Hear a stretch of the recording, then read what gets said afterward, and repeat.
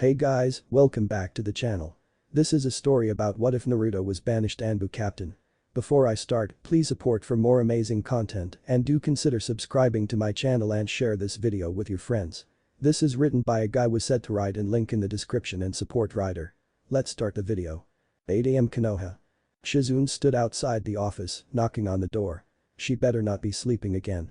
She muttered to herself. When she heard no response, she quietly opened the door and found Tsunade sleeping again. Shizune let out a sigh. Things haven't changed much around here. She walked over to her desk and found that the paperwork from yesterday was still not complete. She gently shook her mentor awake. Tsunade-sama, you can't sleep like this. What would people say if they saw you? Tsunade stirred and answered groggily. They can kiss my. Tsunade-sama. Shizune interrupted her, not wanting her to develop any more bad habits. It's time to wake up, Tsunade-sama. Tsunade got up and stretched. She yawned and saw the pile of paperwork increasing. Is it me or is the paperwork breeding like rabbits? Shizune giggled. No, that's just from this morning. Tsunade groaned. I have half a mind to use a Kaiten jutsu to make me a small bonfire. She glared straight at the paperwork. If she knew it was going to be this much work, she would have retired ages ago. Shizune quietly excused herself and went back to work, leaving Tsunade to get ready for another hectic day. Tsunade yawned and leaned back into her chair. She noticed the daily newspaper lying around on her desk. She poured herself a cup of tea and started reading the newspaper. As she browsed through the newspaper, she saw something that made her drop the cup. The cup fell from her hand and hit the floor, shattering it into many broken pieces. Shizune heard something shatter and came rushing in. Are you alright, Tsunade-sama? Tsunade slowly shook her head. She immediately ransacked her drawers, throwing away scrolls and papers while searching for something. Shizune approached her desk to see what the big commotion was. She started reading the newspaper for something unusual but stopped reading when she saw Tsunade pull out a small piece of paper. The lottery. Did you lose again? Shizune shook her head in disappointment. You have to stop gambling, Tsunade-sama. A Hokage with a debt the size of a mountain isn't good for someone of your reputation. No, it's not that. Tsunade stared at the ticket. Shizune, I just won the grand prize. Shizune gasps. This was bad. Very bad. Are you sure you won? Tsunade nodded her head. Shizune quickly grabbed a ticket and matched the numbers. It was unbelievable, she had really won. The last time she won something, Orochimaru was in town and Naruto almost died. It wasn't a pleasant memory for the both of them. What does this mean, Tsunade-sama? Tsunade sat back down, thinking. I don't know, Shizune, but be on high alert, something's bad is brewing. Shizune nodded and went back outside. Tsunade looked towards the window. Why do I keep picturing Naruto? She saw the clouds passing over the sun, covering it for a brief moment. I hope you're okay, Naruto. Sir. We have spotted the target. Do you want us to approach him? Fox carefully studied their target. Why would he stay in the open like that? The target was using himself as bait. He was luring them out into the open, waiting for them. Too bad that plan wouldn't work, Fox had all the time in the world. Tiger, stay down. It's too soon to attack. Affirmative, sir. Moving back into position now. Tiger moved back into the trees, waiting for further orders. He heard some noises moving behind him and turned around. Eagle. The lean figure stepped forward, away from the shadows of the trees. Why aren't we going in there and just kill him? The target's just standing there. Eagle pointed to the man standing in the open yard. Before Tiger could answer, a voice answered the question for him. Because the place is carefully monitored and there are 3 guards at each end of the house, making it a total of 12 fully armed bodyguards. If you want to be stupid and walk into your future gravesite, be my guest. It'll be less paperwork for me to do. My question now is why are you still here and not at your post? Fox appeared behind his team. Tiger and Eagle turned around. Sir. They both saluted. Forgive Eagle, sir, she's new to the squad. Tiger pushed Eagle away, hoping the captain wouldn't take it as an insult. Fox merely glanced at her and shushed away. Eagle watched the man she only knew as her captain disappear. Is he always like that? Tiger laughed. You'll get used to it. Eagle sighed. But he's so infuriating. I said get back to your post. I don't like repeating myself. Eagle turned around to see Fox standing in front of her. From her point of view, her captain looks kind of intimidating. She was taken by surprise and fell down. Hi. She struggled to get back up and when she did, her captain disappeared in smoke. Cage Bushin. Her eyes widened behind her mask. Yeah. Captains like that. Tiger shrugged and continued to monitor the estate. Eagle shushed back to her spot. He needs to lighten up. 30 minutes later. Eagle, Tiger. Get ready. We're going in. You two are going in the back way. I'm taking the direct approach. Fox spoke through the headset. He waited 5 seconds before giving the signal. Okay. Move in.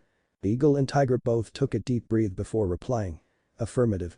The team consisting of 3 people, Fox, Eagle, and Tiger, ran in to complete a rank S assassination ordered by their cage. Screams and bloodshed erupted from the highly guarded mansion. The once guarded place owned by Cayenne, a corrupted daimyo, was now empty. The life of a ninja is expected to be a short one. Ninjas are considered soldiers for their cages, willing to do and die for them without question. The best kind of soldiers are those that were willing to do whatever it takes to complete the mission, even if it means abandoning all your ideals just for this one moment. There are many paths in life, but yet, there is not a single path that a person can take, which can be called the right path. The person known as Fox understood this. He understands the risks concerning the life of the ninja and knows that jobs like this one is strictly professional, not a child's game. Taichu? Are we done here? Tiger asked as he walked into the room. The eagle shortly entered after him. The first thing she saw was over 20 dead bodies, all mutilated in one way or another. Heads were missing as well as other body parts. She started feeling noxious and quickly removed her mask to vomit. Fox turned around and glared at her. Tiger waved his hands in front of Fox, trying to calm him down. Easy Taichu, she's new. Remember that. The eagle looked up and saw Fox looking at her. If you're going to vomit every time you see something like this, then get the hell off my team. I have no need for weaklings. Tiger turned away. He felt sorry for Eagle. He heard the captain was one of the meanest people on the force. The eagle put back on her mask and stood up. Was it really necessary to kill everyone? She looked around the room. You didn't need to kill every one of them. Fox whipped out a scroll and sealed the head of Cayenne into it. In this job, there can be no survivors, better get used to it. We're leaving. Fox started walking away and Tiger followed. The eagle stared at her captain.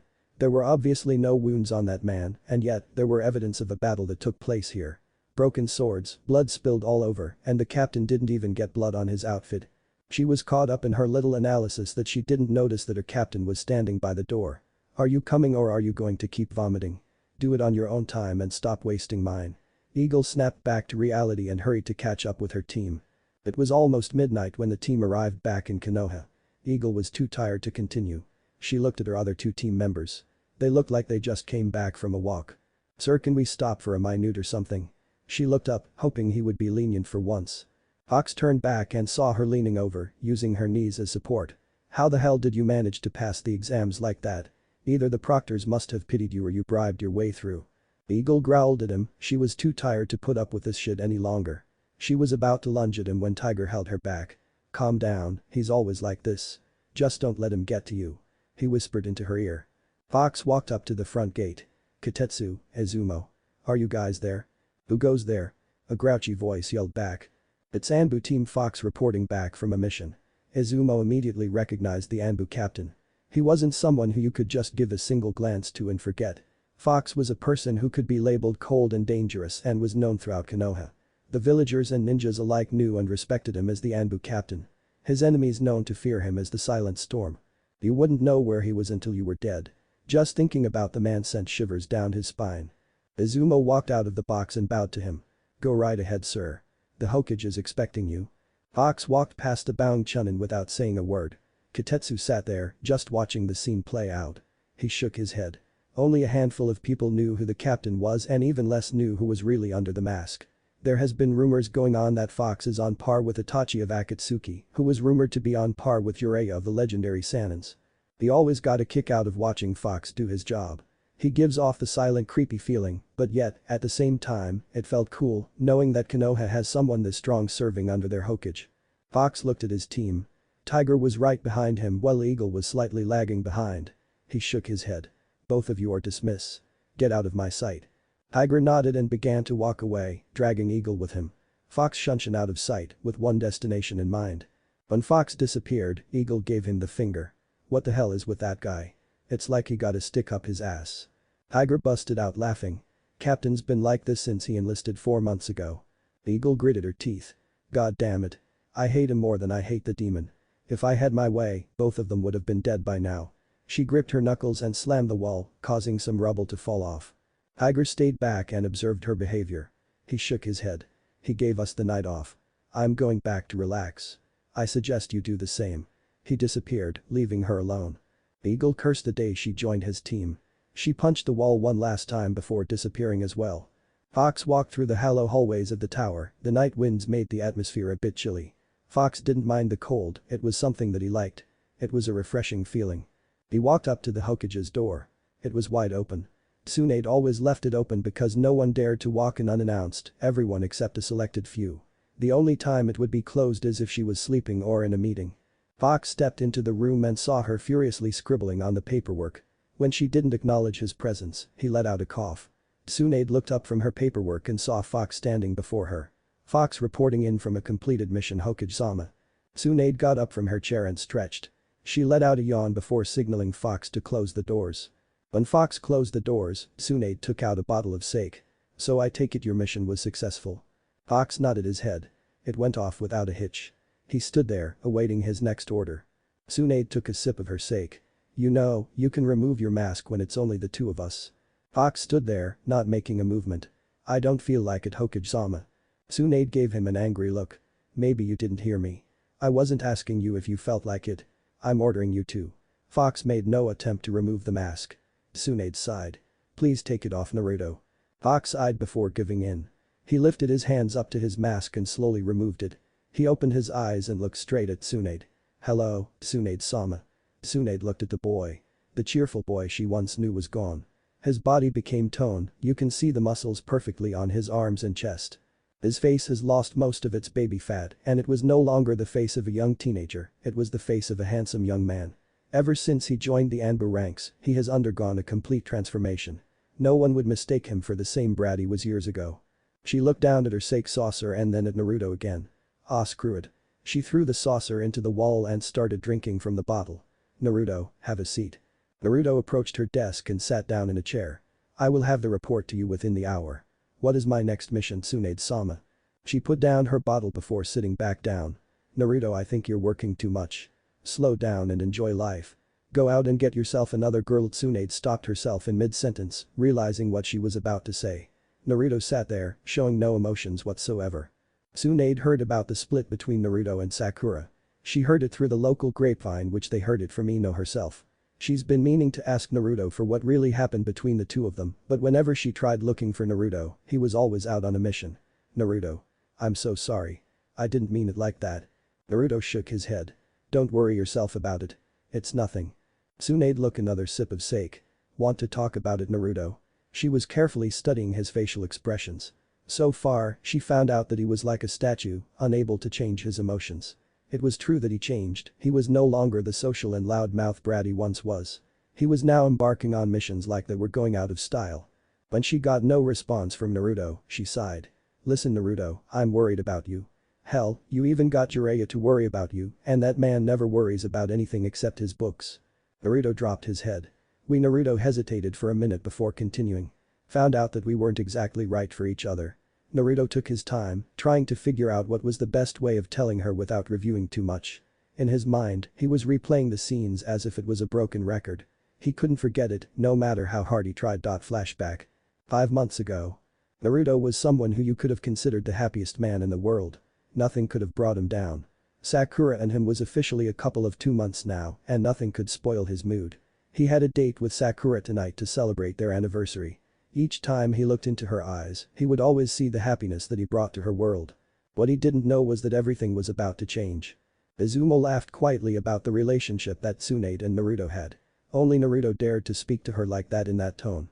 Well, she also said that if you don't come, she's closing down the ramen stand and banning ramen from Konoha. "What?" Naruto yelled at the man.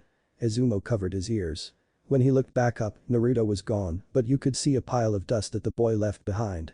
He chuckled to himself. "Same old Naruto. Oba-chan. You better not touch the ramen." Naruto shouted as he barged into the room. Before he could say anything else, Tsunade hit him over the head with her fist. "I thought I told you not to call me that, Naruto." She glared at the boy. Naruto rubbed his head before glaring back. Shikamaru let out of a little cough. "Seems like they forgot that I'm also in here, how troublesome." Tsunade snapped back into reality and sat back down in her chair. Naruto followed her over and stood alongside Shikamaru. "Hey Shikamaru, how's Temari treating you?" Shikamaru let out a sigh. Same old, same old. Women are just too troublesome." The boys turned back around when they heard a cracking sound. "What was that, Shikamaru?" Tsunade stared the young chunin in the eye. "They're nothing." She nodded her head before opening a folder. I'm sending you two, along with a team, on a rank S mission. Yada? Naruto yelled out. You guys are leaving tonight. Naruto stopped jumping up and down when he heard the news. Tonight was supposed to be his night. Can it be tomorrow, Oba-chan? Tsunade gritted her teeth. Only a few more hours until she gets rid of him. She kept telling herself in her head. No, it has to be tonight because we have gotten word that Sasuke is in an isolated town just north of here. As I recalled, you wanted to be in this mission. Naruto quieted down. He stared hard at the ground before looking up. That's right, I have to bring him back. He nodded his head. So who else are we going with? Tsunade threw the file at Shikamaru, who opened it and read the information. Niji, Kiba, Shino, Lee and Choji. Naruto smiled. It's time to bring our lost buddy home. 3 days later. The special convoy team came back into the village, all bruised and battered up but still alive.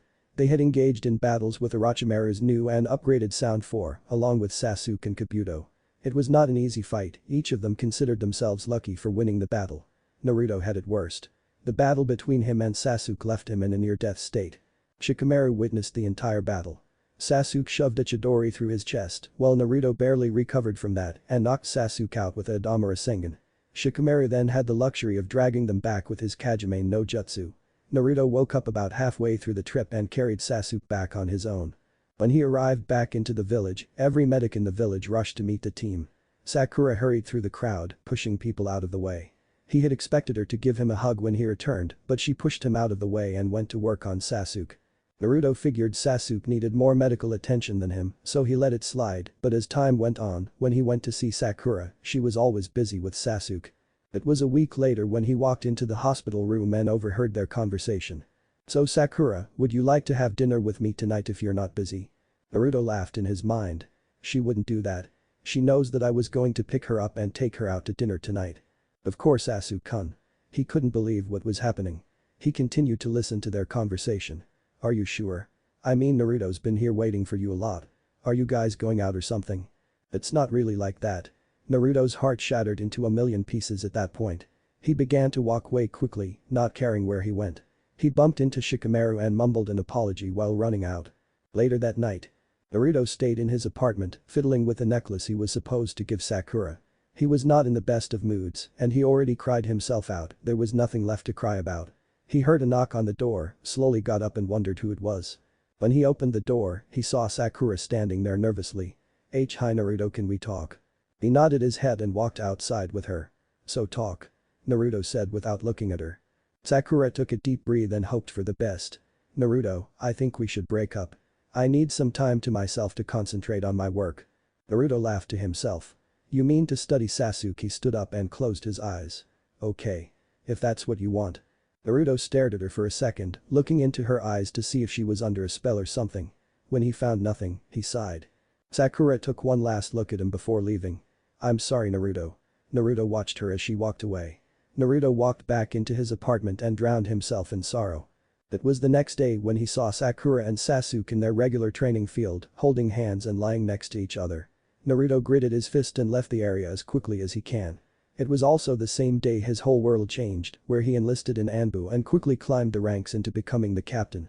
Flashback end. You know I'm always here if you want to talk Naruto. We all care about you, me, Shizune, Iruka, Jiraiya, Kakashi, all your friends. Tsunade looked at the boy. She couldn't help but feel sorry for him. The boy has been through a lot and there will still be more troubles to come. She rarely saw the boy anymore, he was always busy with this and that, never showing up for any social events. She decided that it was time for action. Maybe she can bring the old Naruto back. Naruto, as for your next mission, it's ranked SS. If you accept, I'll go into details with you right now. Naruto's ears perked up when he heard that it was ranked SS. I accept the mission. Tsunade grinned. Your mission is to act as a regular civilian for the next 3 months. Consider yourself on a vacation Naruto. Naruto frowned. Is this some kind of a joke Tsunade-sama? I'm not laughing here. Tsunade glared at the boy for his rude outburst. Naruto caught on and calmed himself down. I do not see the logic behind your thinking Tsunade-sama. Tsunade smiled at the boy. It's called relaxation. Trust me, you like it.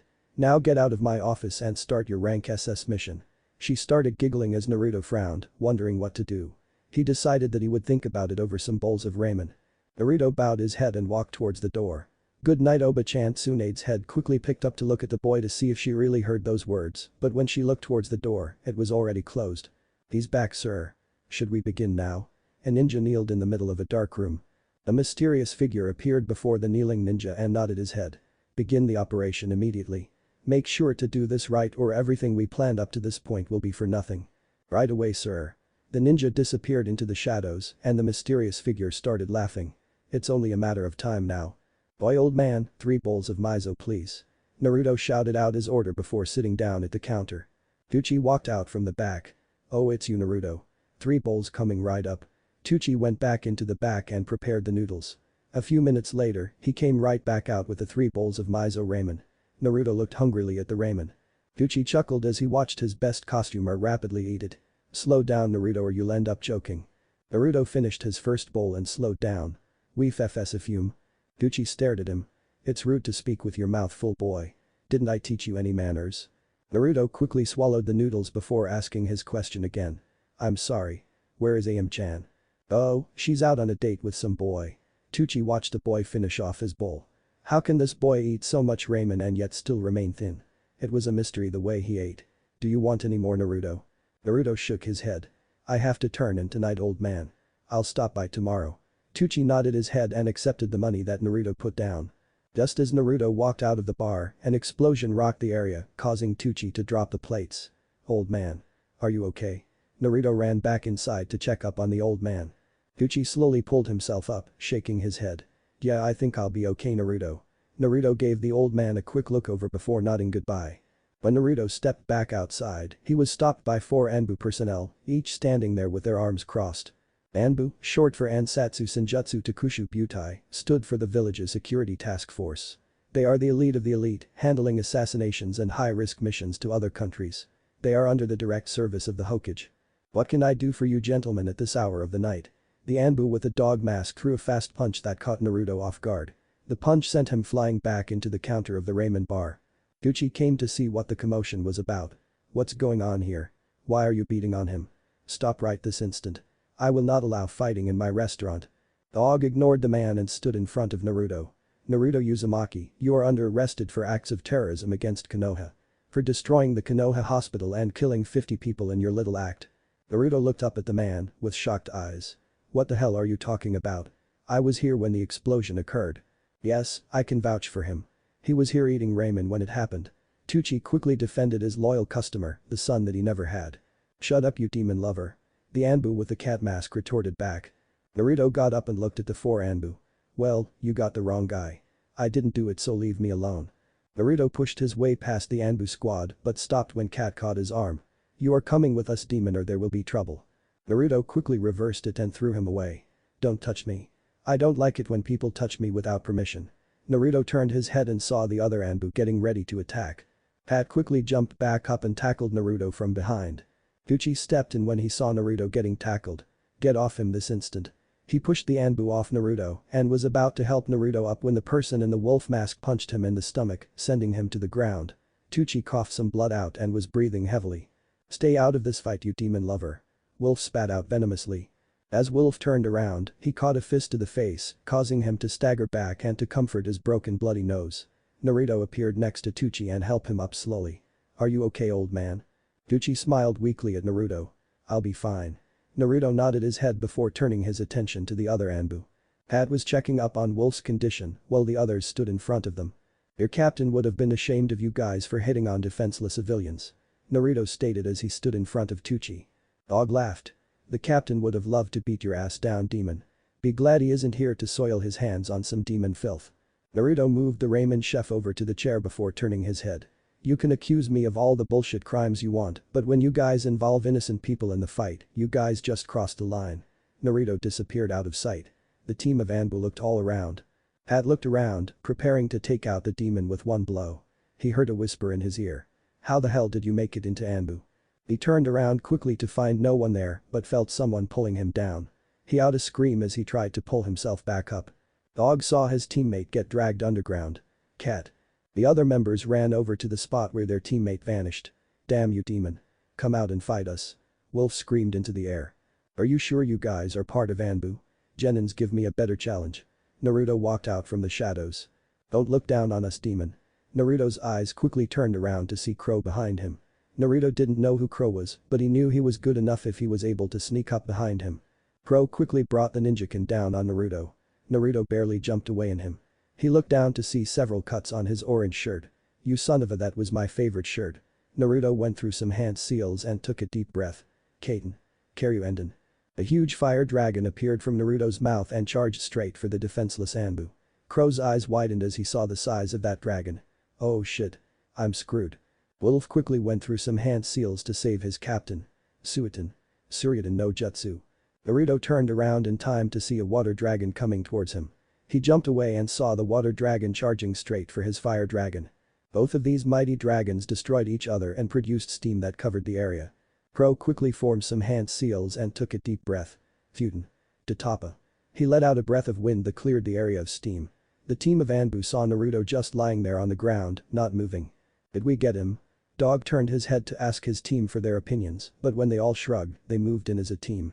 They slowly approached the body, not sure of what to make of the scene. When they got near Naruto, the body disappeared in a puff of smoke. Blundering idiots. Your captain would have been crying if he saw this battle. They quickly turned around to see Naruto finishing up the last hand seal. Doten. Yomi Numa. The ground quickly turned into a swamp, preventing anyone from escaping. "You guys aren't worthy enough to be an Anbu. Tell Cat I said hi when you guys see him." Naruto walked away as the rest of Anbu sank into the ground. Naruto quickly leaped away before the entire Anbu division came after him. He ran back to his apartment but found more Anbu there. He turned around and disappeared into a corner. Naruto walked into a narrow alleyway with a dead end. He moved himself into a corner and just sat there, wondering what was going on. What the hell is going on here? I know I didn't blow up the Konoha hospital. Many thoughts were racing through Naruto's mind. He looked up when he heard someone knocking over a garbage can. "If you take one more step into this alleyway, I'll kill you in over 15 ways." He let out a small growl. He was not in a mood for more of this bullshit right now. "Naruto." The voice called out. Naruto recognized that voice. Shizune-san. He saw the shadow of the figure slowly approaching him. Shizune walked towards him slowly, making sure it's the real one. "It's me, Naruto." Naruto took out a kunai and held it where she can see it. "How did you know I was here?" Shizune saw the kunai and stopped advancing. "Tsunade-sama saw your location through her crystal ball. She needs to talk to you quickly." Naruto nodded his head. As Naruto got up, Shizune noticed the bloodstain over his clothes. "It's not my blood." Naruto quickly answered before Shizune started asking too many questions. The two quickly shushed towards the Hokage tower. Naruto entered through the window while Shizune entered through the door. Tsunade heard the door open and wondered who it was. "Naruto. Right behind you." She quickly turned around to see the boy leaning by the corner. She then turned right back around to see who it was by the door. She let out a sigh of relief when it was only Shizune. "Thanks, Shizune." Shizune quickly closed the door and entered the room as well. Tsunade took a quick glance at Naruto. "Naruto, what in the world happened to you?" "I was attacked by Anbu and now they're currently disposed of," Naruto said in a cold tone. Tsunade shrugged off the tone. "So what happened, Naruto?" She looked at him. His clothes was a mess and he looked like he'd been through hell. Naruto shrugged. "I don't really know." Tsunade massaged her temples. "Naruto. If you don't tell me, I can't really help you. Did you or did you not blow up the Konoha hospital?" Naruto glared at her. "Do you really believe that I would do something like that?" Tsunade flopped down into her chair. "No, but there are several key eyewitnesses that saw you entering and leaving as it exploded. The council is going to have a field day with this, Naruto. They have been looking for an excuse to execute you and now they may have the right reason." The two women looked at Naruto. He stood in his corner quietly, making no signs of conversation. "Just tell me what you were doing, Naruto, and I'll help you out in any way I can." Naruto opened his eyes and stared at the door. The door busted open and the room soon filled up with root members. Danzo casually walked in. "Thank you for capturing the fugitive Hokage-sama." Tsunade gritted her teeth. "What the hell are you doing here?" Danzo smiled. "Why, to capture and detain the killer, of course. We received word that he was making his way up here and I thought he was going to kill you as well, Hokage-sama." Tsunade slammed her fist down on the table. "This is my room and you're intruding. Leave now or I'll throw you and your root unit out." Danzo continued to stand there. "Tell me you're not housing a wanted fugitive, are you now, Hokage-sama? The council won't like this when they hear that their Hokage is siding with a demon." "How dare you?" Tsunade yelled out. She glared at the man. She knew he had a point.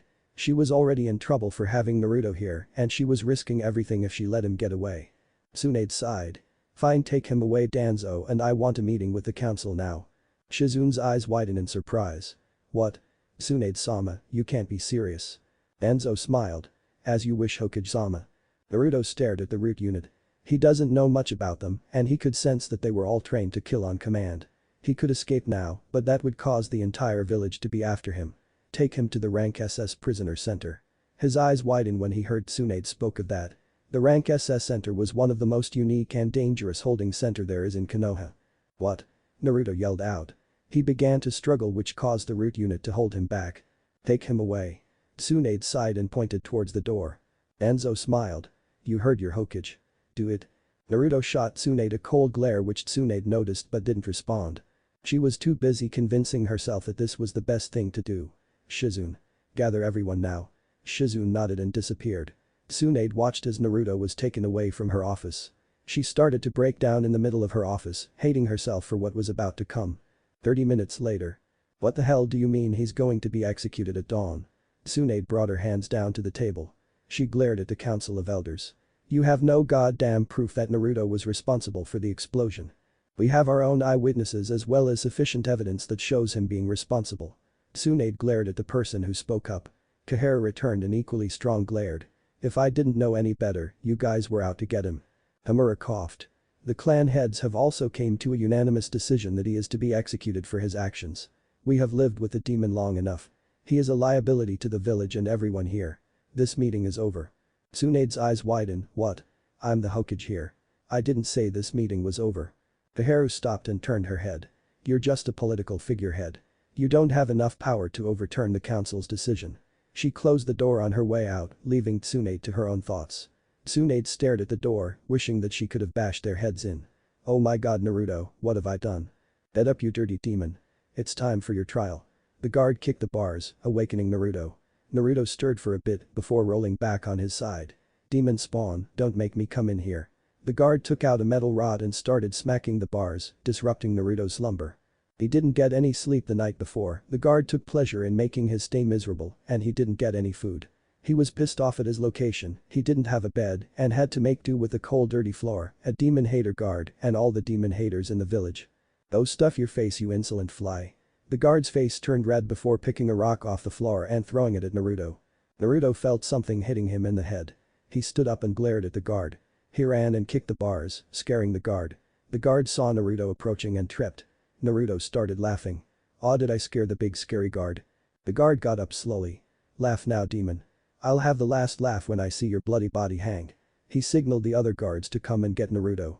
Naruto sighed, he believed that Tsunade will get him out of this mess somehow. 1 hour later. Naruto was blindfolded and led around, he was all tensed up, being blinded and being led around by people who wanted nothing better than to just kill you would make anyone tense up. He felt himself walking up the stairs and onto a platform. He heard the whispers and hissing coming from voices which he could assume were the villagers. His blindfold then came off and he took a look around. He was surprised to see that he was on a stage set in downtown Konoha. It looked like the entire village was there for his trial. Naruto walked up to a panel of judges consisting of Hiashi Hyuga, Hamura, Kaharu, Danzo and Tsunade. They looked at him with a cold glare, with the exception of Tsunade, who didn't look him in the eye. Kaharu cleared her throat, signaling for silence. Naruto Uzumaki, you are here today because of your crimes against Konoha. You have ridiculed the village with your pranks since your genin days, and now you have taken it to the next level. You have blown up the Konoha hospital, killing the patients inside. Have you no shame? The crowd started booing him and throwing fruits and tomatoes at him. Kaharu again signaled the crowd to quiet down, but was pleased with the crowd's reaction. I didn't blow it up. Naruto yelled back. I wasn't even near that goddamn hospital. Hiashi stood up. Enough, let us continue with the trial. Naruto Uzumaki, you are accused of the destruction of Konoha Hospital and the deaths of patients. How do you plead? Naruto gritted his teeth. This was ridiculous. I plead not guilty. He would have to play their game for now. He looked at his surroundings. Anbu and root units everywhere, as well as jounins and chunins just standing around, watching the so-called trial. Hiashi stood there, if he was slowly judging the boy. Can you call your first witness to the stand? Gladly. Naruto retorted. As the trial continued, Tsunade sighed in her seat. There was no way for Naruto to win this trial.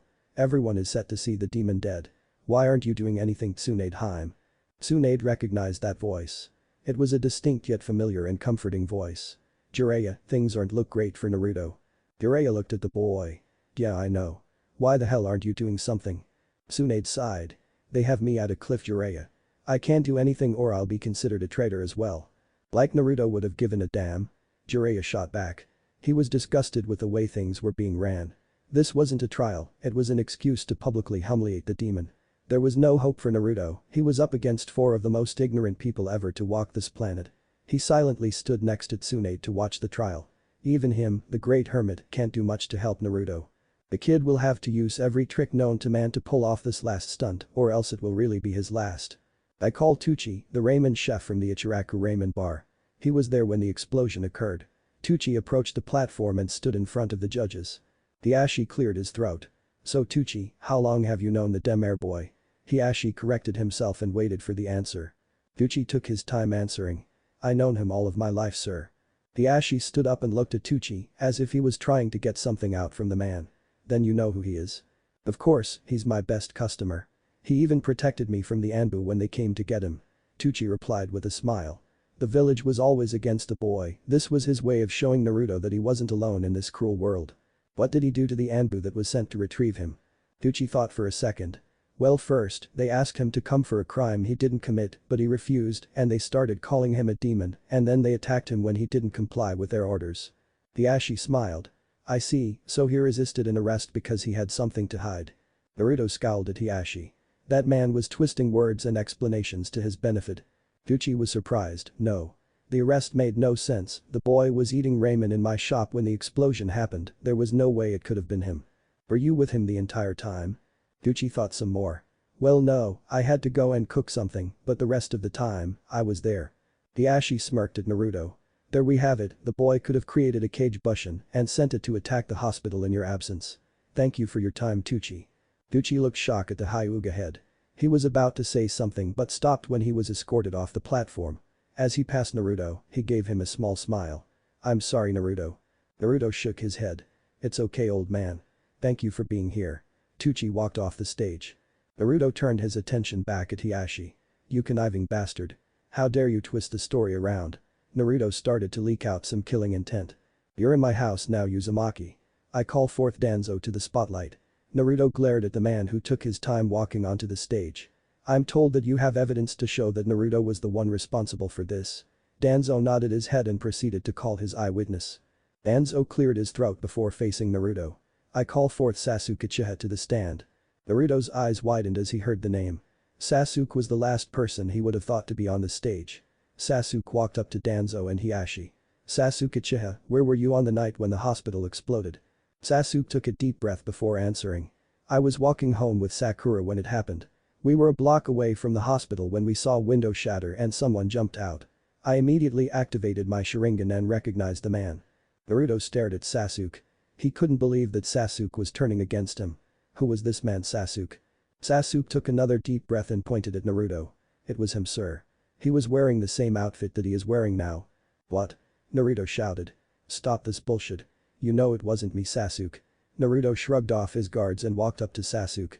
If this is some joke, Sasuke, I'm not laughing. Playing with people's lives is sick.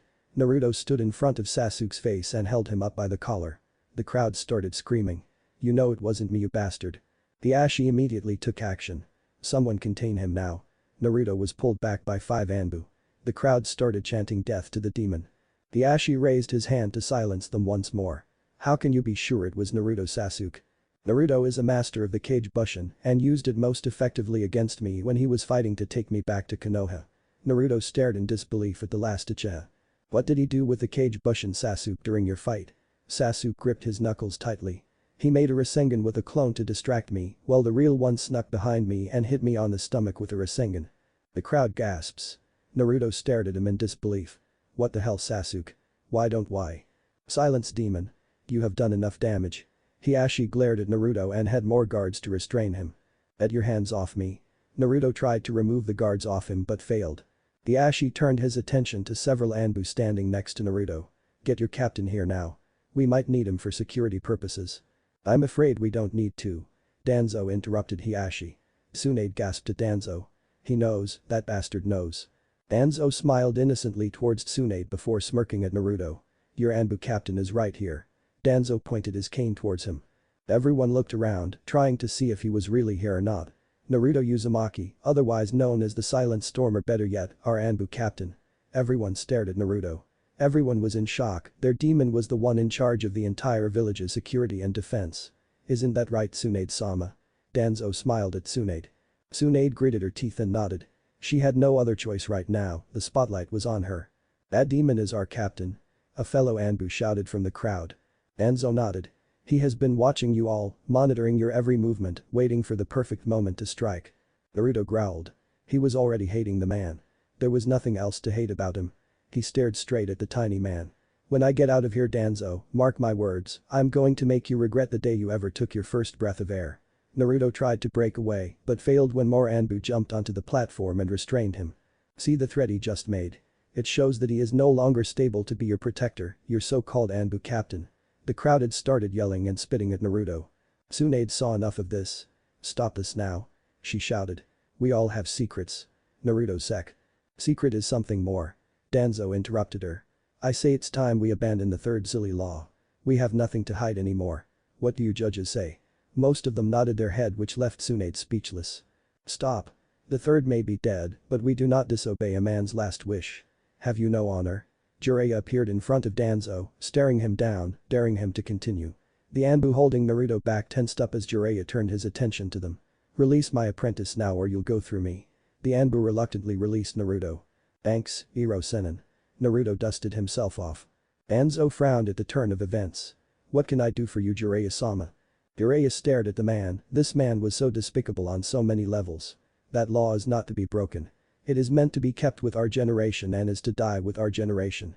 Why don't we just ask the crowd that? The crowd started shouting and yelling, which caused Danzo to smile. Looks like you just gotten your answer. He turned around and faced the crowd. We the judges of this trial have finalized our answer. We have came to the conclusion that Naruto Uzumaki, the man known as the Silent Storm, the Kyuubi no Yoko, will be sentenced to death for his crimes of attempted murder of one Sasuke Uchiha and the death and destruction of Konoha Hospital. The crowd started cheering. Silence.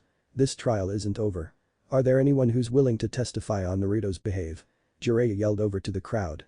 Everyone quieted down once again. He waited for someone to speak up. Come on. Aren't you his friends? Jiraiya growled. This was unbelievable. No one stepped forward to help. Naruto was scanning the crowd looking for his friends. He saw them spread out. Ino and Sakura gave him a dirty look, which he can figure what they were mad about. Shino stood there with his shades on, showing no emotion whatsoever. Shikamaru wasn't there, but a shocked Choji stopped eating. Kiba and Lee were looking at him with shocked expressions on their faces. Niji was holding Hinata back, stopping her from running away. The friends that he had were standing there, like they were frozen in ice. Jiraiya stood there, waiting for anyone to speak up. When no one spoke up, he sighed. He turned around and walked past Naruto, who was still in shock. What are you guys doing? Aren't you guys my friends? Naruto yelled out. He looked each one of them in the eye. You lied to us, Naruto. You lied to us about being the Anbu captain and being the Kyuubi no Yoko. Kiba yelled back. You're nothing but a liar, Naruto. You even tried to kill Sasuke and you're the Kyuubi as well. I thought I could trust you, but now. Sakura yelled out. He stared at them a straight face, deprived of all emotions. I thought you guys were my friends. He started shaking his head. I must have been living in a dream all this time. Go to hell, demon. He looked to his right to see a familiar face. It was Eagle trying to lunge forward, but Tiger holding her back. I knew you were a bloody demon when you slaughtered all those people. The crowd started chanting death to the demon. Naruto started to back away, fearing for the worst. Tsunade walked up to him and placed a hand on his shoulder. She faced the crowd. The trial is over. She took a deep breath before continuing. The council's decision is. Naruto stood there with his eyes closed. If Tsunade was going to do something, it better be now. Death. Naruto opened his eyes in shock. Death. The word echoed through his mind. He looked at the person who he could have called an older sister or a motherly figure. She started walking away but took a quick look at Naruto, who was quickly surrounded with Anbu. What? Tsunade-sama. He glared straight at her with his icy blue eyes. She quickly walked back to her seat and sat down. Naruto looked around, surrounded by the very team that he was in charge of. Looks like we'll have a new captain soon. Ferret said mockingly. The others just laughed. Naruto growled. You're nothing but maggots compared to me. You guys don't even deserve the title of Anbu. Dead him. Danzo ordered. The Anbu dog piled Naruto, covering him down. Naruto heard footsteps approaching him, getting closer and closer as each second passed. He looked up and saw Eagle standing in front of him with a sword. This is for the hell you put me through. She kicked him in the face, causing him to bleed from the lip. Hold him up. Her fellow Anbu held him up in front of the crowd. Eagle started twirling the sword just to entertain the crowd with her sword skills before stopping in front of Naruto. Anything you want to say, demon? Naruto smiled sadly. Friends are a figment of imagination. I should have known better than to live in an imaginary world. He shook his head in disappointment. He looked at Eagle. And you, Eagle, are still a weak piece of shit that shouldn't have passed the exam. Eagle gritted her teeth and struck him with the sword, impaling him through the stomach. She yanked the sword out and watched blood spray all over the place. Naruto ignored the pain and started laughing. I swear to God that even if I have to go through hell and back, I will come back and kill you all. He glared straight at the crowd before turning his head to the judges. They all shuddered, those were the coldest blue eyes they ever seen. Die, demon. As Eagle brought the sword down to strike his head, Naruto unleashed everything. He released the power that he was holding back, the power of Kyuubi and himself, the power of one. Red chakra bombarded the area, blowing everyone away. His wounds started healing at a rapid rate. He walked up to the judges. You wanted to see a real demon? Well, you got one right in front of you. Naruto released even more chakra, blowing the desk away. It was an understatement to say that they were scared shitless, but they turned pale, even in Hiyashi's case. Several Anbu tackled Naruto away from the elders, trying to protect them. Naruto laughed as he saw the pitiful attempt. Die. With a quick swipe of his chakra, the Anbu were shredded into pieces.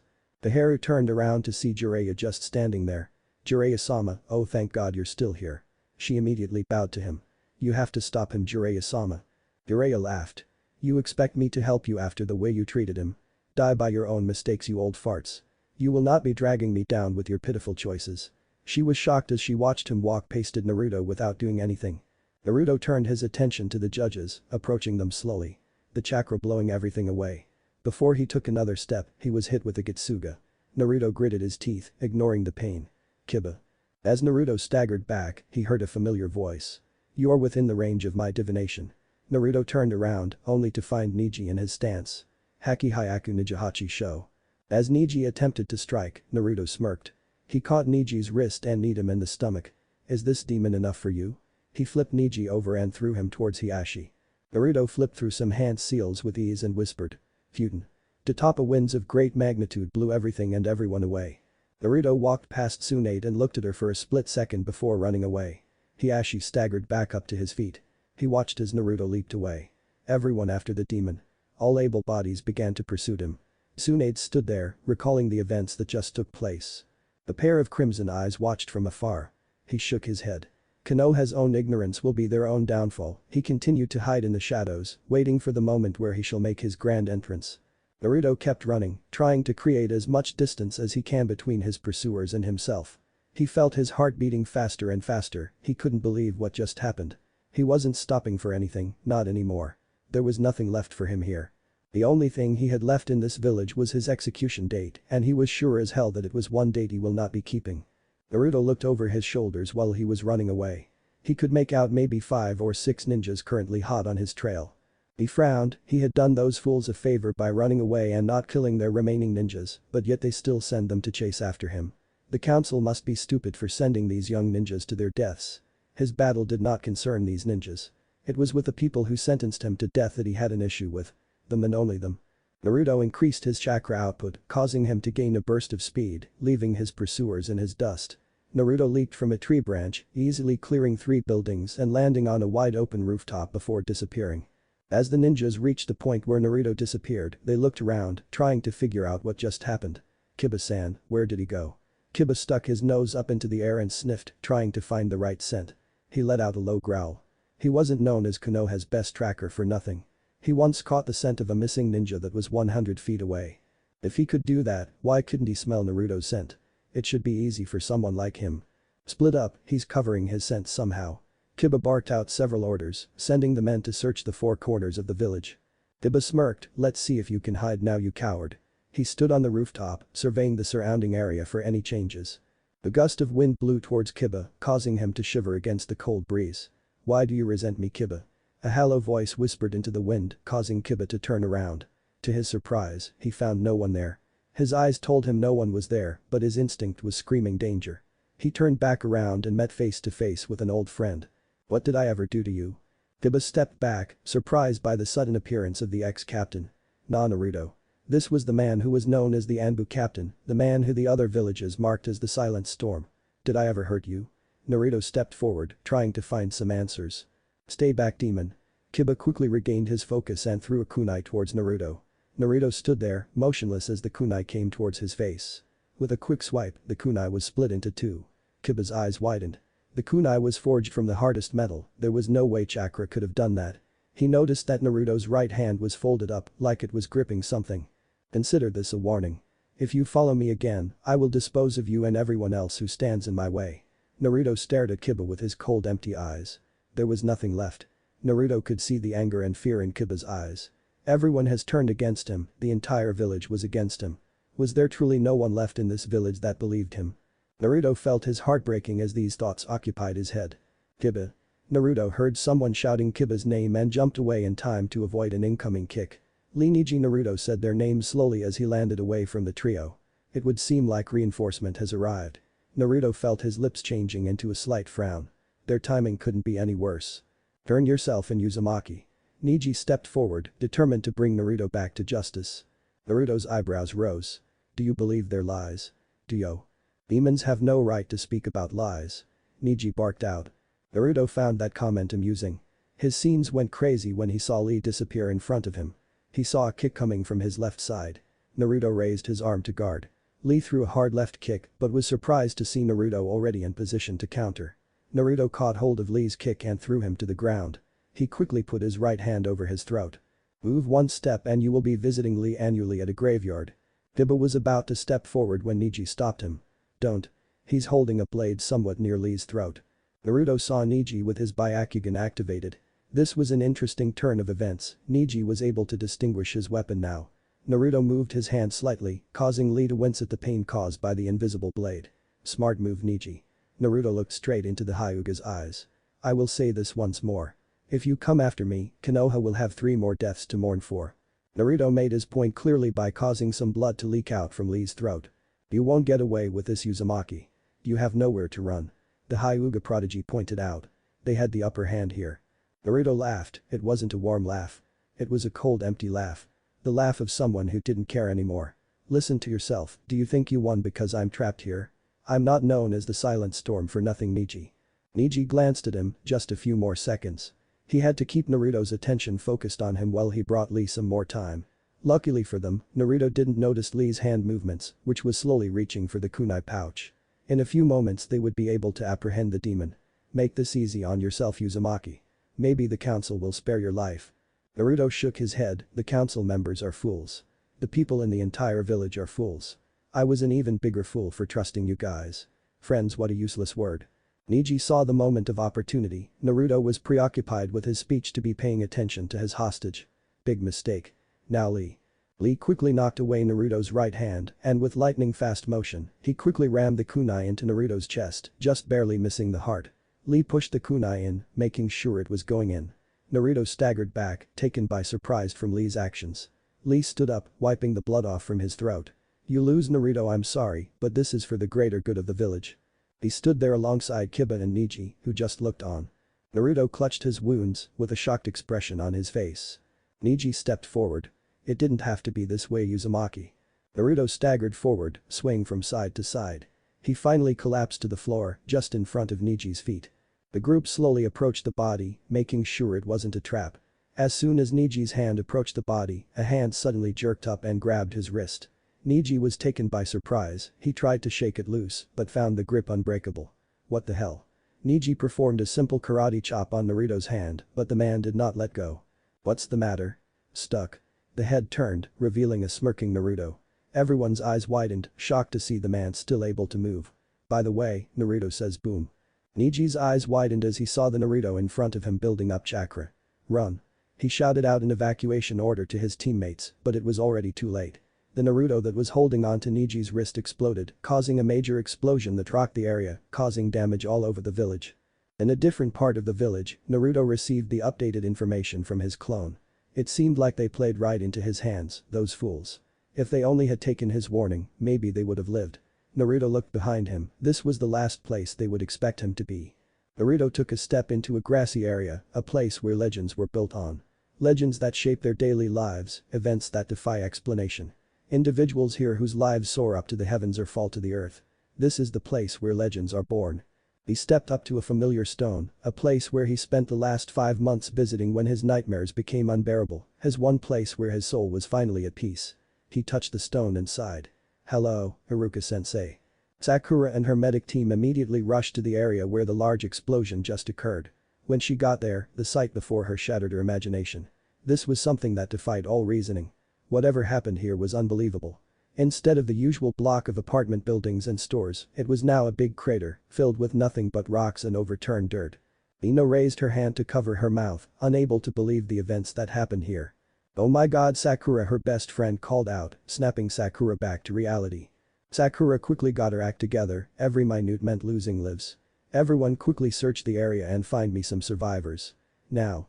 The entire medic team spread out, searching for whatever survivors that may still be here. Ino walked up to Sakura, still shocked from the events. "Dear Lord Sakura. What do you think happened here?" Sakura shook her head, praying that there were still some survivors alive under the mess.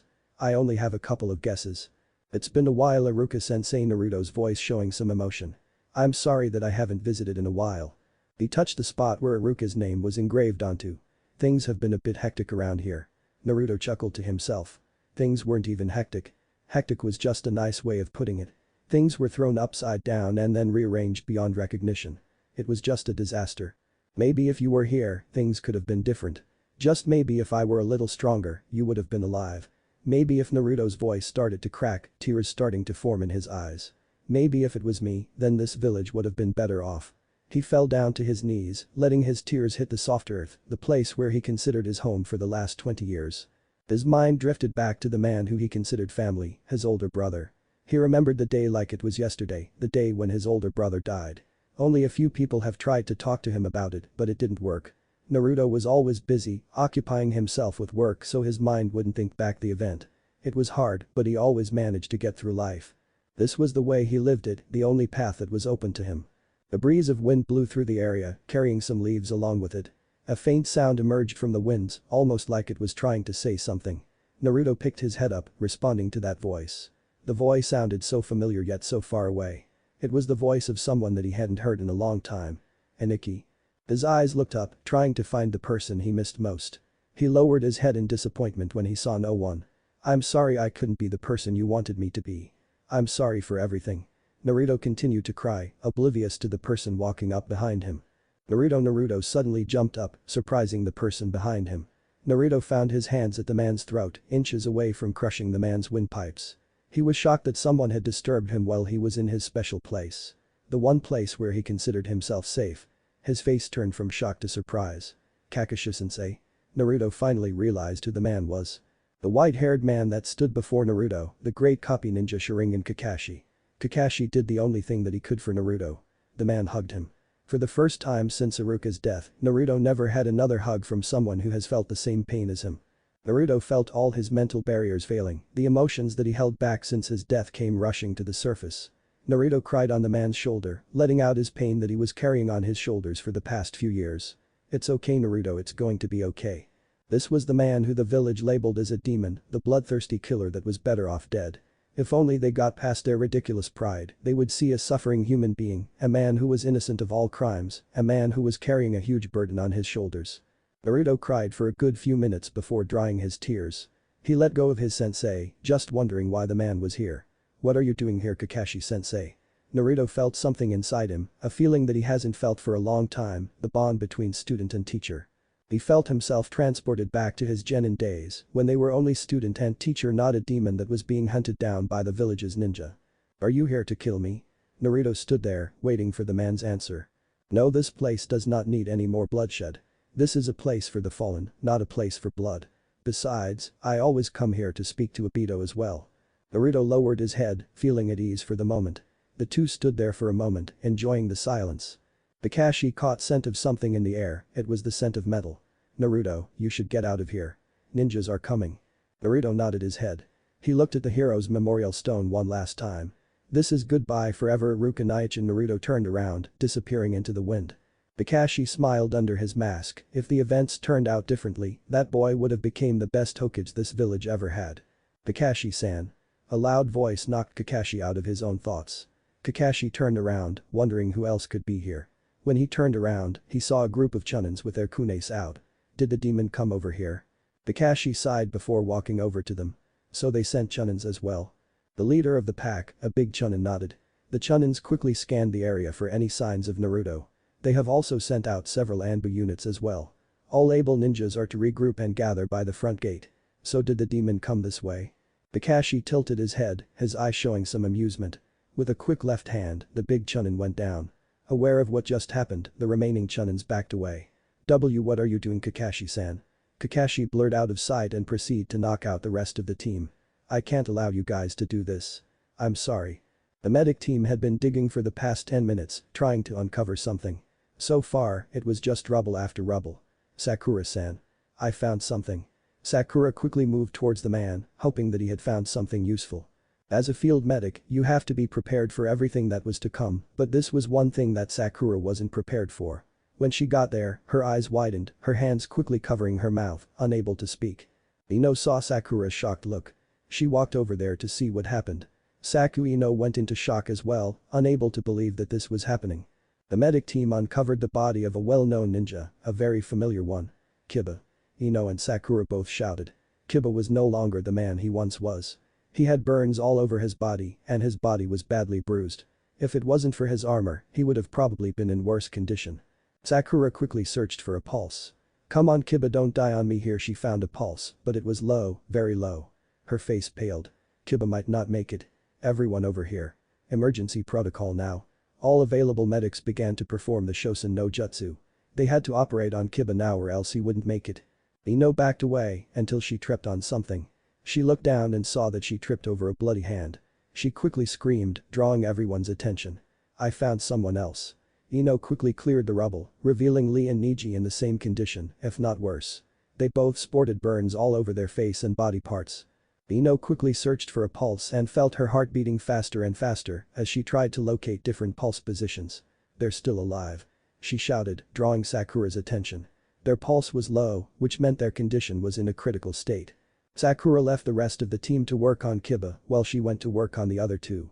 Ino stared at the battered bodies of Lee and Niji. Could Naruto have done this much damage? Sakura put her hands above Niji's heart, her hands turning green, which meant the healing jutsu was starting. It had to be Naruto.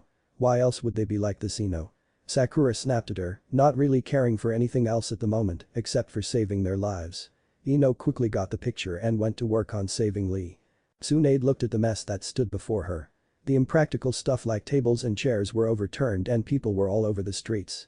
Lucky for them, Naruto only blew them away with winds and not with anything else.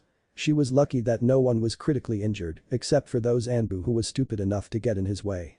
She was quickly approached by the elders, who each had a stern look on their face. Tsunade. Did you see what that demon did? We have to quickly assemble our forces at the front gate. He will surely try to leave the village that way. Kaharu immediately pointed out. The demon was already loose inside the village, there was no telling what could happen. Don't worry, my root unit is already on the job, pursuing the demon as we speak. Danzo smirked. Pretty soon Tsunade will have no choice but to resign, and then it would be his time to shine.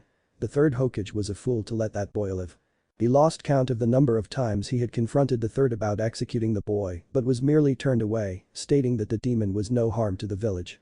He silently laughed at the third, almost wishing he was alive to see this day. Tsunade looked around, looking for a particular person. Damn it, Jiraiya, where did you go? If only Jiraiya was here, maybe he could talk some sense into these old farts. She continued to look around, no sign of her old teammate anywhere. Tsunade, we're ordering all our forces to stand guard in front of the village gate. Homura spoke up, catching Tsunade's attention. Gather everyone and go. She half-heartedly shouted out. She watched as the elders disappeared, with ninjas slowly getting up and following them. Shizune appeared next to Tsunade, standing by her side. Do you think he's going to be okay? Shizune quietly asked. For his sake, he better be. Tsunade felt her knees giving out and was about to collapse until Shizune caught her, providing support to help her to her feet. Tsunade saw as she helped her mentor up and the two of them slowly approached the front gate. The village of Konoha, one of the greatest hidden villages to ever exist, was in turmoil. Destruction and death was reeking from the great village. Both villagers and ninjas alike were running in fear that the great demon, the Kyuubi no Kitsune, was released. The very beast that their yondom gave his life to seal away. Naruto quickly ran towards the front gate. If he can exit the village in one piece then he would be safe. No ninjas would dare to follow him into the openness. No one would expect him to just waltz out from the village using the front gate. He was pretty sure the walls were being watched. Naruto leaped off from another building, forgetting stealth and just quickly using his speed to leave the village. Naruto caught another chakra signal, wait, not one but a few chakra signals approaching quickly from behind. He decided not to fight but to escape as soon as possible. He saw a blur appear next to him before spearing him into a nearby building, sending him through several walls before landing on the grounds of an alleyway. He cursed his luck. He was about 300 yards away from the gate and he was caught. Naruto looked up and saw the person who tackled him. Sasuke. Sasuke stood there, staring Naruto down. Get up, Naruto. He just tackled Naruto through a couple of walls, it couldn't have hurt him that much. Get out of my way, team, Naruto growled. Or I'll go through you. Naruto slowly got up, easily matching Sasuke's height. Several jounins appeared next to Naruto, surrounding him completely. The jounins cracked their knuckles, anticipating that a fight would come. You can't beat all of us, Naruto. Sasuke spoke up, making a clear point. Naruto looked around, chances of escape were low and he knew that. All those missions had given him the skill to analyze his environment carefully. That wasn't the only thing missions taught him. They also taught him survival skills. When plans don't work, which was 80% of the time, improvise and execute. Sasuke saw Naruto's hand twitched and quickly unsheathed the Kusanagi. He disappeared and reappeared next to Naruto's right side, trying to catch him off guard. Naruto quickly blocked with his kunai. Metal against metal, both sides struggling for dominate control. Naruto matched Sasuke's strength with his own, with both sides not giving up. The other jounins quickly jumped in, trying to lend support to Sasuke. Several jounins proceed to make some hand seals before performing their jutsus. Sasuke saw the humongous fire dragon coming towards him and quickly jumped out of the way. Naruto saw it coming as well and leaped up, only to be greeted by a drop heel kick from another jounin. Naruto knew he was surrounded, there was no way out. He kept dodging the series of punches and kicks from the jounins. While Naruto was busy dodging the jounins, he kept one eye trained on Sasuke, who was the most dangerous out of all of them. Sasuke continually went in and out with a series of punches, trying to throw off Naruto's rhythm. He couldn't keep this up much longer. Naruto found himself backed into a corner, with no chance of running. It's over for you now, Naruto. He saw Sasuke above him, coming straight down with the Kusanagi aiming for a vertical slash. Naruto gritted his teeth, there wasn't much to do, his options were limited to just a few now. Sasuke quickly came down on Naruto, but was surprised when he saw Naruto blocked his attack. Sasuke narrowed his eyes when he saw Naruto intercepting the attack with his own hands. Always so pathetic, Sasuke team. Naruto quick yanked the sword towards him and mustered all the strength he had left and punched Sasuke in the jaw, sending him to the ground. Sasuke went down hard, unable to get back up. Naruto smirked. That felt so good. He was pretty sure he had broken Sasuke's jaw. It didn't matter. It was payback and this was a great feeling. The other jounins growled quietly, clearly expressing their anger. Naruto noticed their slow movements. You call yourself protectors of this village. You can't even take on one lousy guy. You are a disgrace to this village. He taunted them, buying himself some more time. Oh, we'll protect something, alright, we'll protect the village from the likes of you demon scum. The closest jounin spat out. They approached him slowly, which Naruto hated. If they ran at him all at once, he could have taken them all in one, but they were playing it safe. The slower they walked, the more they were alert to Naruto's actions. The group of jounins suddenly all ran towards him, with their weapons held out to kill. Naruto braced himself for the attack. If he could endure this attack, then he was free to counter. All he had to do was survive this attack. It was easier said than done when you're faced with a group of jounins. Naruto felt time slowing down, his heart rate beating faster and faster. He cursed himself for wasting too much chakra from his earlier escape. He felt the chakra usage taking a toll on his body. Is this the end? He repeated the question in his mind. No. His mind kept screaming the answer, forbidding himself from giving up. He can't give up. They would win if he gave up now. He saw his attackers slowly reaching him, weapons out and ready to kill. In a split second, everyone froze, unable to comprehend what happened. One moment, they were rushing towards the demon and the next, their fellow comrade dropped dead on the floor. Naruto's eyes widened. He didn't do this. Someone else did. He saw a hint of silver before the man dropped dead. His mind quickly formulated a plan. Go ahead. Take another step. Naruto dared the men to step forward. His voice was cold, like a person who has nothing to lose, but everything to gain. The men hesitated, unsure of what to do. It took just a second to see their hesitation, but it was just the opportunity that Naruto needed. He focused some chakra into his right hand, summoning his wind blade. It felt like second nature to summon it, but he still winced at the pain. He dashed forward, his hand aimed to kill. Within moments, he killed 3 and left 1 critically injured. He turned his head to the one that was still alive. Looks like I missed. He pointed his sword forward, aiming straight at the wound he inflicted upon the man. Pressing it lightly, the man squirmed against the pain. You probably think of me as a demon, wait no, you do think that I'm the Kyuubi, but after the events today. I would say that you guys are the ones who should be considered demons. Naruto dispelled the sword. The man looked like he didn't have much fight left in him. He leaned over to inspect the man. You look like a decent man. How would you like to bargain for your life? Naruto took a deep breath. He felt his body screaming in pain, yearning for a break. That bastard fox decided to cut off all connections with him at this critical time. Just great. The man whispered something, but Naruto couldn't make it out. He asked again. What's that? I can't hear you. The man took a deep breath, finding his voice to answer Naruto. I said my name is Taemashino. The man grunted, feeling the pain. Well Tae-san. If you would kindly tell Tsunade and all her forces to back off. I will leave this village in peace. The man named Tae laughed. You leave this village in peace. Demons like you don't know the meaning of peace. He spat some blood in Naruto's face. Naruto wiped the blood off his face. Do a little nice thing. Naruto slowly lowered his hand. And this is what you get. Naruto forcefully hit the man's wounded area, causing Tae to groan in pain. Now, will you do it or not? Tae continued to laugh. Never. I might not live to see the day you die, but I know one thing. I'll see you in hell. The man took his last breath before passing out. Naruto sighed. Things weren't exactly turning out the way he wanted. He looked at the dead man. So prideful yet so stupid. They were like sheep being led around by a shepherd, not questioning why to do this or that. People are by nature manipulative and only work for themselves. This was a lesson that he learned the hard way. As Naruto slowly got up, he felt a great amount of pain erupt from his body. He saw blood coming out from chest. He turned around and saw Tae standing there, clutching his wound with one hand and the other one thrusting the kunai into his chest. Tae laughed. I told you I would see you in hell. Now burn demon. Naruto gritted his teeth, trying to ignore the pain. He quickly pulled away from Tae and yanked the kunai out. He immediately shoved the kunai into Tae's throat, killing him instantly. Naruto collapsed on the ground, trying to form the hand seals for a medical jutsu. He chuckled to himself. It was ironic. He never thought there would be a day he would need to use it on himself. Damn the fox. As Naruto painfully finished the hand seal and began healing, he felt another presence in the alleyway. He scanned the area without interrupting his healing process. I know you're there. Show yourself. Naruto had to buy himself some more time. He needed to heal the wound in his right hand so at least he could have a fighting chance. Naruto Uzumaki, the mysterious voice, quietly whispered into the area, echoing all around. Naruto looked around, trying to recognize the voice. He heard the sounds of a cloak flapping in the wind on his right. He was in for a shock when he recognized the symbols on that dark cloak. Akatsuki, Naruto growled. He moved his left hand over to his right hand, trying to heal it.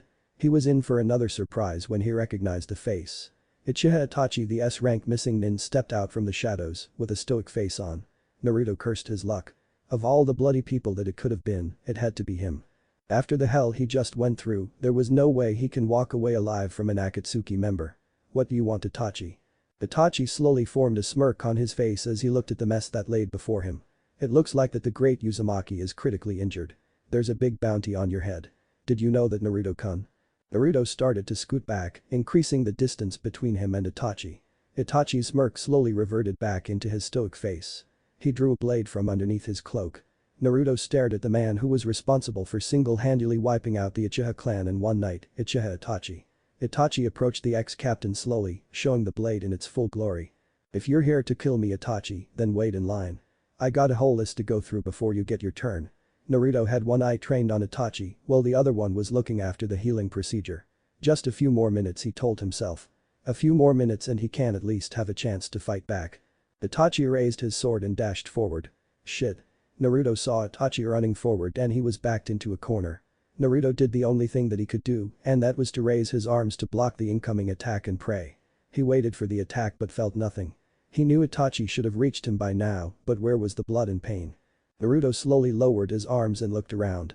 He saw Itachi standing in front of him, holding a sword soaked in blood. He checked his body, it wasn't his blood, and Itachi surely wasn't stupid enough to stab himself. He heard a thud behind him and turned around. A body dropped to the floor. Naruto turned around, surprised to see that there was a person hidden there. He then realized that he missed the man due to a genjutsu placed on the area. Naruto slowly picked himself up, steadily leaning against the wall, watching the missing nin as he slowly put the sword away. I should kill you for just being here, Itachi. Itachi let out a small chuckle. Do you really think that if you kill me here, Naruto-kun, they would take you back? Itachi pointed his fingers outside the alleyway at the scene of several villagers currently running to safety. Why would you go back to a village where they hate you and scorn you like a plague? There is much you don't know about Konoha, Naruto-kun. I came here to offer you a deal. A deal? What kind of deal? Naruto's interest was piqued, there wasn't any other options left open that he could take. We would like it if you would join our ranks, Naruto-kun. Naruto shook his head. No way. You guys are wanted for a reason. I will not join the likes of you. Itachi sported a curious look on his face, well, as curious as his face would get. Please enlighten me as to what those reasons might be. For one thing, you guys murder in cold blood for power, with no regard to anything or anyone, as long as you get it. Naruto hastily answered. Itachi laughed. You have become a naive man, Naruto-kun. Itachi then pondered on another option. How about this then? Follow me outside the village and hear the real truth about the village before deciding if you want to join us or not. There had to be a catch. There is always a catch. Naruto smirked. And if I decide not to? Itachi shrugged. You can walk away free and then the next time we meet, we will be as enemies and not allies. Naruto thought about this offer. He had nothing to lose but a lot to gain. Fine. Naruto held out his hand to seal the deal. Itachi looked at Naruto's gesture strangely before putting out his own hand. Naruto grabbed it and shook. So let's leave. Itachi shook his head. The deal was that you had to get out. I won't help you. If you can't get out of here alive, then you don't deserve to know. With that said, Itachi stepped back into the shadows and disappeared. Naruto dropped his jaw a little. He was taken like a sucker. Damn it, Itachi. He quietly cursed the Uchiha. The next time he sees him, he's going to strangle the damn guy. Naruto formed his hands into a basic seal and hinged into a fellow leaf chunin. No one would recognize chunins. They were too low below the power chain to be recognized. He slowly shushed out of the alleyway and into the rooftop, quickly joining his fellow chunins. He smiled to himself. This wasn't the best plan, but all he needed is to conserve his chakra and reach the gate. He was joined up with a team of chunins who was also making haste to the gate. Naruto looked over and made eye contact with them.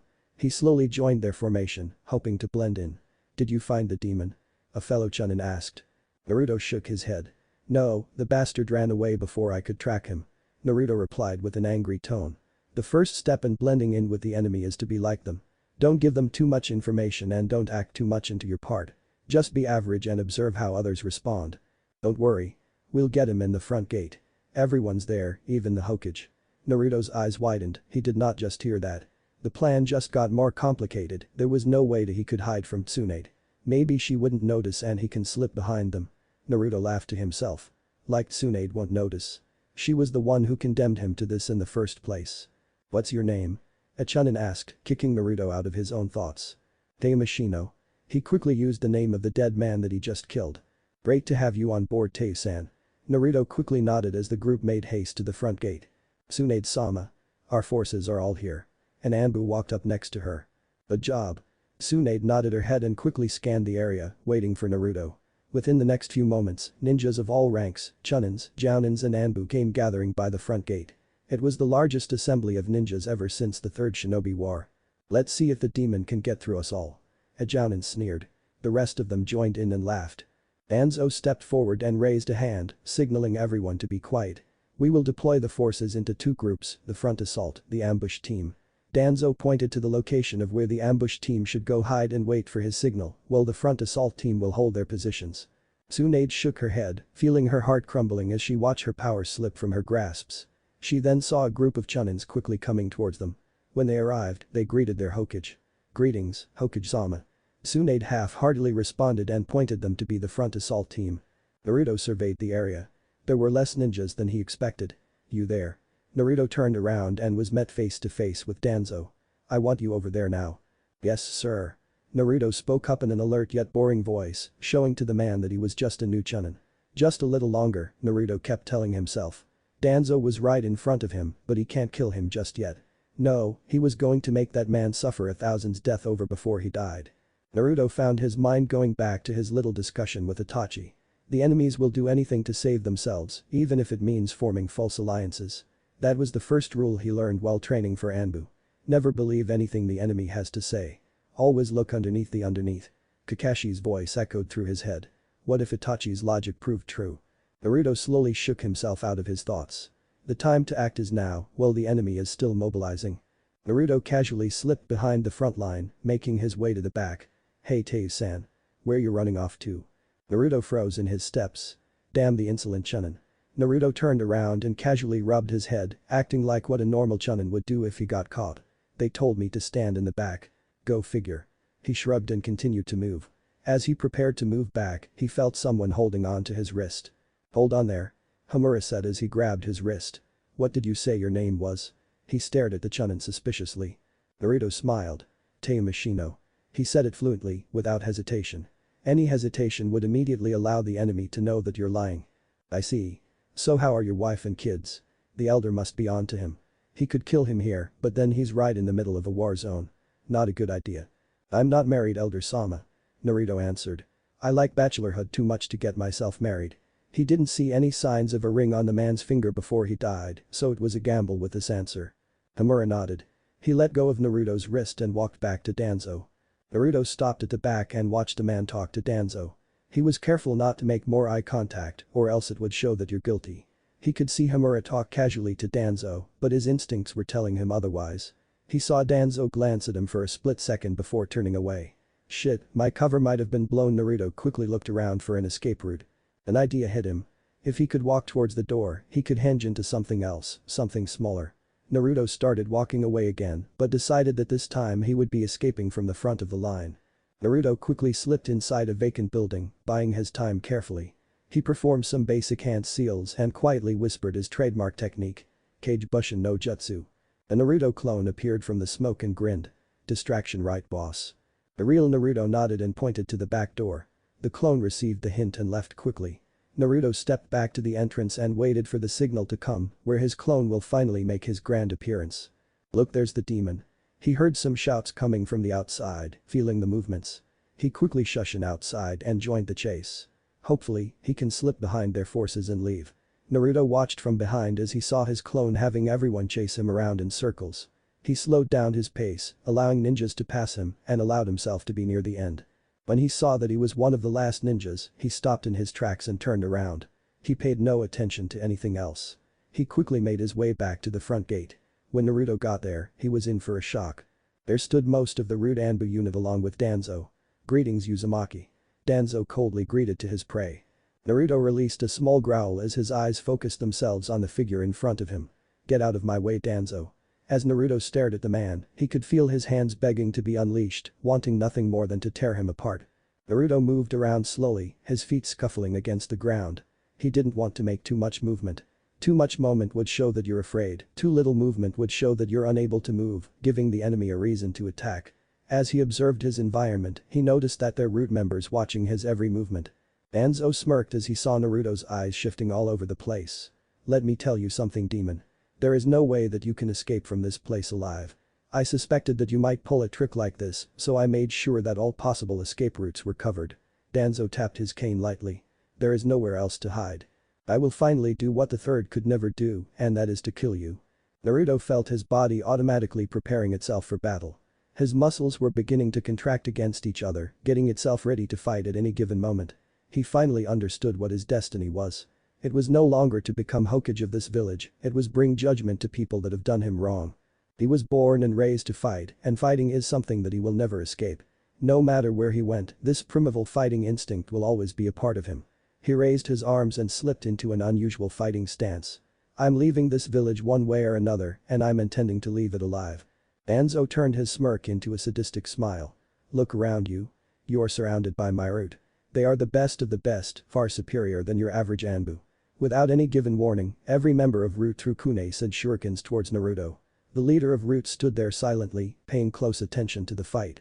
After a few seconds, he saw the body scarred beyond recognition. He shook his head, disappointed at the ability demonstrated by the Kyuubi. The demon was truly something to be feared. It was rumored to be the strongest of the Baijus. A name truly worth to be among the legends. I thought the mighty Kyuubi no Kitsune would have put up a better fight than this. Even though the battle was over, Danzo still felt uneasy. This feels way too easy. Killing someone of his caliber should not have been this easy, but then again, the man in front of him was impaled by so many weapons, it was impossible for anyone to survive. It was a shame though. If the third had let him take the boy as he wanted, none of this would have happened. There were many issues surrounding Konoha he disagreed on, but there was no use trying to change the past. Instead of mourning over it, there is the future that one can take control of, and now, it would finally be his time to get what he deserved. I told you that I would be leaving this hellhole alive. Danzo stared at the bloody mess standing before him, his eyes shocked. No one could have survived that, but this man was still standing here and communicating with them. The weapons came from every direction, making it impossible for anyone to put up any sort of defense. The only way he could have survived this was if he knew the ultimate defense from the Hyuga. What the hell are you? He managed to stutter out. Naruto only smiled before disappearing into thin air, leaving the leader of Root even more shocked. I am the Silent Storm. Naruto's voice echoed all around. And I am your worst nightmare. Silence engulfed the area as everyone looked around for all possible hiding locations. Gah. A Root member managed to produce a sound before dropping dead. Pretty soon, the members of his prestigious Root began to drop like flies. Danzo started to panic as he watched helplessly as each of his men dropped one by one to the floor. This cannot be happening, Danzo frantically thought. He was supposed to have the advantage here. His plans could not have any flaws. There was no way he could have miscalculated this. He continued to watch in horror as his entire plan backfired in front of him. Flashes of yellow moved around his soldiers at a fast pace. Within minutes, most of his soldiers were lying on the floor dead. Damn you, demon. Danzo cursed as he continued searching for Naruto. You're probably wondering what's going to happen to you next. Don't worry, I will tell you. The Shinigami is coming. The voice echoed all around, making it impossible to track Naruto down. Why don't you plead for your pitiful life, Danzo? It is not my life that I should be worrying about. Danzo replied calmly. They will be coming back any moment now once they realize that the Naruto they're chasing is a Kage Bushin. The kunai suddenly flew towards Danzo, lodging itself in his left shoulder. He winced from the pain, gritting his teeth to keep himself from screaming. He learned through experience that showing any kind of emotions to the enemy was a sign of weakness. It was something he cannot afford here. Then I guess I better finish this now. Naruto spoke again, his voice deprived of all emotion. Another kunai flew towards Danzo, but this time, it wasn't aimed towards his upper body. The kunai hit Danzo near the leg, severing the tendons on his right ankle. Danzo dropped to the ground, unable to support himself with one leg. Another kunai came flying towards Danzo, cutting the other tendon on his left ankle, leaving the fearless Root leader incapable of running away. Just kill me and get this over with already. The older man yelled. He already lost his arm and his right eye during the Second Shinobi War. He had lost his wife and child during the Kyuubi attack. There was nothing else in his life that he could lose at this point. No, I don't want you dead yet. Death would be the easy way out. I want you to suffer the pain you caused me. The pain that cannot be healed. Naruto appeared in front of Danzo, finally meeting the man face to face. I told you that I would make you regret. Naruto shoved the kunai in a little further, causing Danzo muffle his cry of agony. Danzo was breathing heavily, barely enduring the pain. I'll get you, demon, I'll get you if that's the last thing I do. Naruto stared at the man, his cold eyes gazing into Danzo's face. I highly doubt that, but for showing me the reality of who I am going to show you an original technique as my going away present. He began performing a series of hand seals at a fast rate. Danzo's eyes widened as he watched Naruto finish with the hand seals. His right hand began to glow brighter than any fire jutsu known to man. Danzo could feel the heat just radiating from Naruto's hand. Demon, he managed to release his final words as he watched Naruto come closer and closer. Tsunade. Naruto whispered the jutsu's name. Holy Fire, a rare technique that he picked up while on his missions. He found it on a scroll that was meant to be seen by members of this particular clan. How ironic. A demon using a holy technique. The world must be coming to an end, Naruto mentally laughed to himself. Never in a million years did he think that the first person to witness this technique would be Danzo. Consider yourself lucky, Danzo-chan. Naruto added the suffix intentionally. You will be the first to see this technique and you will live to tell about it. Naruto reached out and grabbed Danzo by his neck, smiling at the effects caused by the jutsu. Screams of a man could be heard from all four corners of the village. It was an inhuman scream that was filled with torture. If anyone witnessed what truly happened there, they would have been plagued with nightmares for a lifetime. Never forget, Danzo-chan. Never forget. The words barely registered in Danzo's mind as the man slipped into unconsciousness. Did you hear that scream, Hokage-sama? It sounded almost inhuman. A chunin called out. He shuddered at the scream. It sounded so brutal.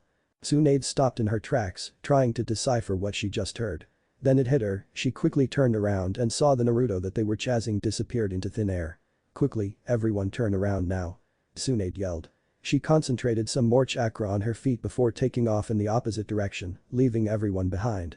As she leaped between buildings, she had a faint idea of what happened back there.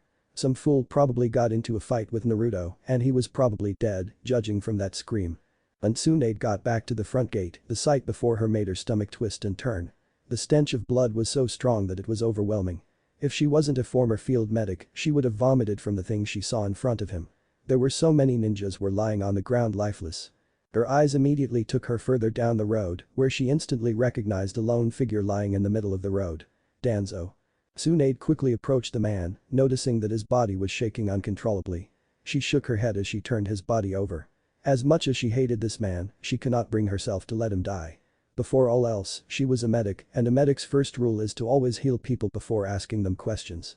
While a patient is in the hospital, enemy and ally alike are treated the same way. A hospital is meant for treating the wounded, where people can make amends, not create war. She was relieved when she found a pulse still beating from within the man. Her eyes trailed down his battle-worn body, noticing the huge burn scar by his neck. Dear Lord, she muttered to herself. Who could have done such a thing? She examined his neck, those burns were serious, and it will definitively serve as reminder for the rest of his life. Hokage-sama. Come take a look at this. Tsunade turned her attention to the person calling her. She walked over to the fallen ninja. May his soul rest in peace. She lowered her head, giving herself a moment of silence to pay her respects to the fallen. These wounds, Hokage-sama. They were all done to the throat. Poor guys, they were probably dead before they even knew it. Very precise work too. Tsunade took a closer look at the ninja's fatal wound. The person who inflicted the wounds obviously had skill. She looked around at the other ninjas, noticing a pattern here. All the people that died here were root members, and Danzo himself was lying here as well. She looked towards the unconscious man. Not even you deserve this. She started walking away, thinking back to the damage done by this single person. She now knew who could have possibly done this, and it was too painful to admit it. There was only one man who could have caused this much chaos, one man who had the power to become the next Hokage, but fate intervened and denied him that right. Naruto Uzumaki, what have you done? Hokage-sama. We spotted the demon up ahead and will proceed to give chase. An anbu appeared besides her, waiting for her orders. Tsunade shook her head. Cancel that order. This wasn't a favorable situation for them. If word got out that one of Konoha's own ninja crippled the village, it would hurt their reputation as well as inviting other villages to attack them in their already weakened state. Have everyone regroup. Bring everyone that you could find to the hospital. If they are still breathing, I want them there now. Tsunade barked out, trying to salvage whatever hope was left. Naruto paced the front gate, stopping to acknowledge the beauty and history behind it. He remembered this gate well. This was where he received his first beating as a child from some drunken villagers. He took a deep breath as he walked outside. He felt his chest being lighter somehow, as if a huge weight has been lifted. It was no longer his home, no longer his prison that tortured him on days out. It was just a memory now. The next time I'm back Konoha, it's going to be a bang. Naruto held out his palms, forming a Rasengan on each one. Rasengan. He thrust his palm straight into the wooden gate, causing it to be reduced to nothing but splinters. There were no remains of the gate from the powerful attack. It left behind only small remains of what once stood a tall proud gate. I hope they enjoy the new look. With one last look, the man who grew up without a childhood, the man who took the beatings from the villagers each and every day, disappeared into the vast forest, never to be seen again. An hour later. Naruto traveled fast on his feet, hoping to create enough distance between him and the village. They would definitely be sending hunter nins after him as soon as they become organized. He knew what their mission was, and he wasn't going to be around for them to finish the job. Just when Naruto jumped from one tree to the next, he noticed something odd. He felt like he was going in circles. There was no doubt about it. He could feel something different, but he couldn't ignore this fake feeling. He landed near a bush, determined to perform a more thorough check, but when he put his hand near the bush, his hand went through the bush, indicating that he was caught in a genjutsu. Naruto frowned. Just when was I trapped in this genjutsu? I didn't even detect one. He recalled one of his earliest lessons from Miro Sennin. The easiest way of breaking out of a genjutsu is to overload and disrupt the chakra flow, the Sannin's voice echoed through his head. He closed his eyes and began the process. Within minutes, huge amounts of chakra exploded from him at uneven intervals. When Naruto opened his eyes, his surroundings was completely different than before. His senses went on high alert when he felt another presence coming from behind him. I'm glad to see that you are still in one piece. Itachi spoke up, stepping out from the trees, his cloak flapping quietly from the breeze. You're late. Naruto glared at the man. There were some issues that I had to resolve before leaving the village. You could have left him for another time. Itachi pointed out. Naruto narrowed his eyes, wondering how he could have known what happened. His eyes widened slightly when he realized that Itachi never actually left the village, he stayed behind to monitor his activities from the sides. You don't trust me? Itachi shrugged, knowing that Naruto had already figured it out. Think of it as a safety measure. Naruto sighed. Talking to this guy was like talking to Guy. Both of them were as strong as they were queer. The only time they were normal was when the situation required it to be. I'm here about that deal, Itachi. Naruto stated. Of course, follow me. Itachi turned around and walked deeper into the woods without mentioning another word. Naruto stared at the missing nin, wondering why he was being so cooperative. Are you coming? We can talk about it in a more secure location. Itachi called from over his shoulders. Naruto watched Itachi's retreating figure before following him, his eyes constantly searching the area for any kind of trap. Sit. The Uchiha ordered. Naruto looked around, taking his time to inspect the camp. He checked for any sort of traps and hidden weapons. It wasn't because he didn't trust Itachi, it was from his earlier experiences that told him not to put all your trust into one person. Make yourself comfortable, Naruto-kun. Itachi spoke up, interrupting Naruto's thoughts. Enough of the small talk, Itachi. Naruto interrupted. He was here for one reason and one reason only. To find out what Itachi knew. I want that information. I held up my end of the bargain. Now it's time to tell me what you know. I see subtlety isn't one of your strong points. Itachi commented. Did you seriously believe that by serving the council, they would respect you? You live in that dream world where you actually thought respect comes from the things that you've done. It's time to wake up. You will always be the Kyuubi no Kitsune to them. Uzumaki Naruto never existed. Naruto growled. Tell me something that I don't already know. Get to your point. Itachi glared, tell me. How corrupted do you think the village is? Naruto shrugged. At this point, I don't really care how corrupted in their filth they are. They could kill each in broad daylight and I wouldn't give a damn. It would save me the hassle of doing it myself. Itachi frowned, humor me. If you didn't hate them, just tell me how corrupted it is. Naruto shrugged, not really caring. Fine. Maybe there's some corruption in power. He sarcastically answered. Itachi raised an eyebrow, nodding at his response. You're only half right. He raised his finger, now my next question to you is why do they want you dead? I'm the bloody freaking Kyuubi. I think that says enough. Naruto coldly answered. His patience was running thin because Itachi was asking questions that served no relevance to his cause. Itachi nodded, approving of his answer. When the council couldn't turn you into a weapon, you became a liability for them. You became a danger to everything they stand for. They detested your existence. They were afraid of you, afraid of whom you are, afraid of what you are. When they couldn't turn you into their weapon, they had to terminate you. They couldn't let a loose cannon wander around. Why don't you tell me something that I don't already know? If this is all to your secret, Itachi, then I'm leaving. Do you remember the Uchiha massacre? Itachi quietly replied. This was a topic that he hasn't shared an outsider before, but it was finally time to pass on the story. Naruto quickly turned his attention towards Itachi, giving him an intense murderous glare. I'll take it as a yes. Itachi sat there, unfazed by the glare. He wasn't surprised with the look he received. With his little brother back in the village, Sasuke was a living, breathing reminder of the horrid events that took place that night. It was because of what you did that Sasuke turned out like this. Naruto erupted from his seat, his hand found its way onto Itachi's throat. Naruto slammed Itachi into a tree, his eyes beginning to change from blue to a bright red. Killing intent started flowing out from Naruto like a faucet. Itachi struggled against Naruto's grip as he stared into his eyes. It was almost as if Naruto was staring into his soul, just waiting for him to die so he can devour it. It was you, Naruto coldly whispered.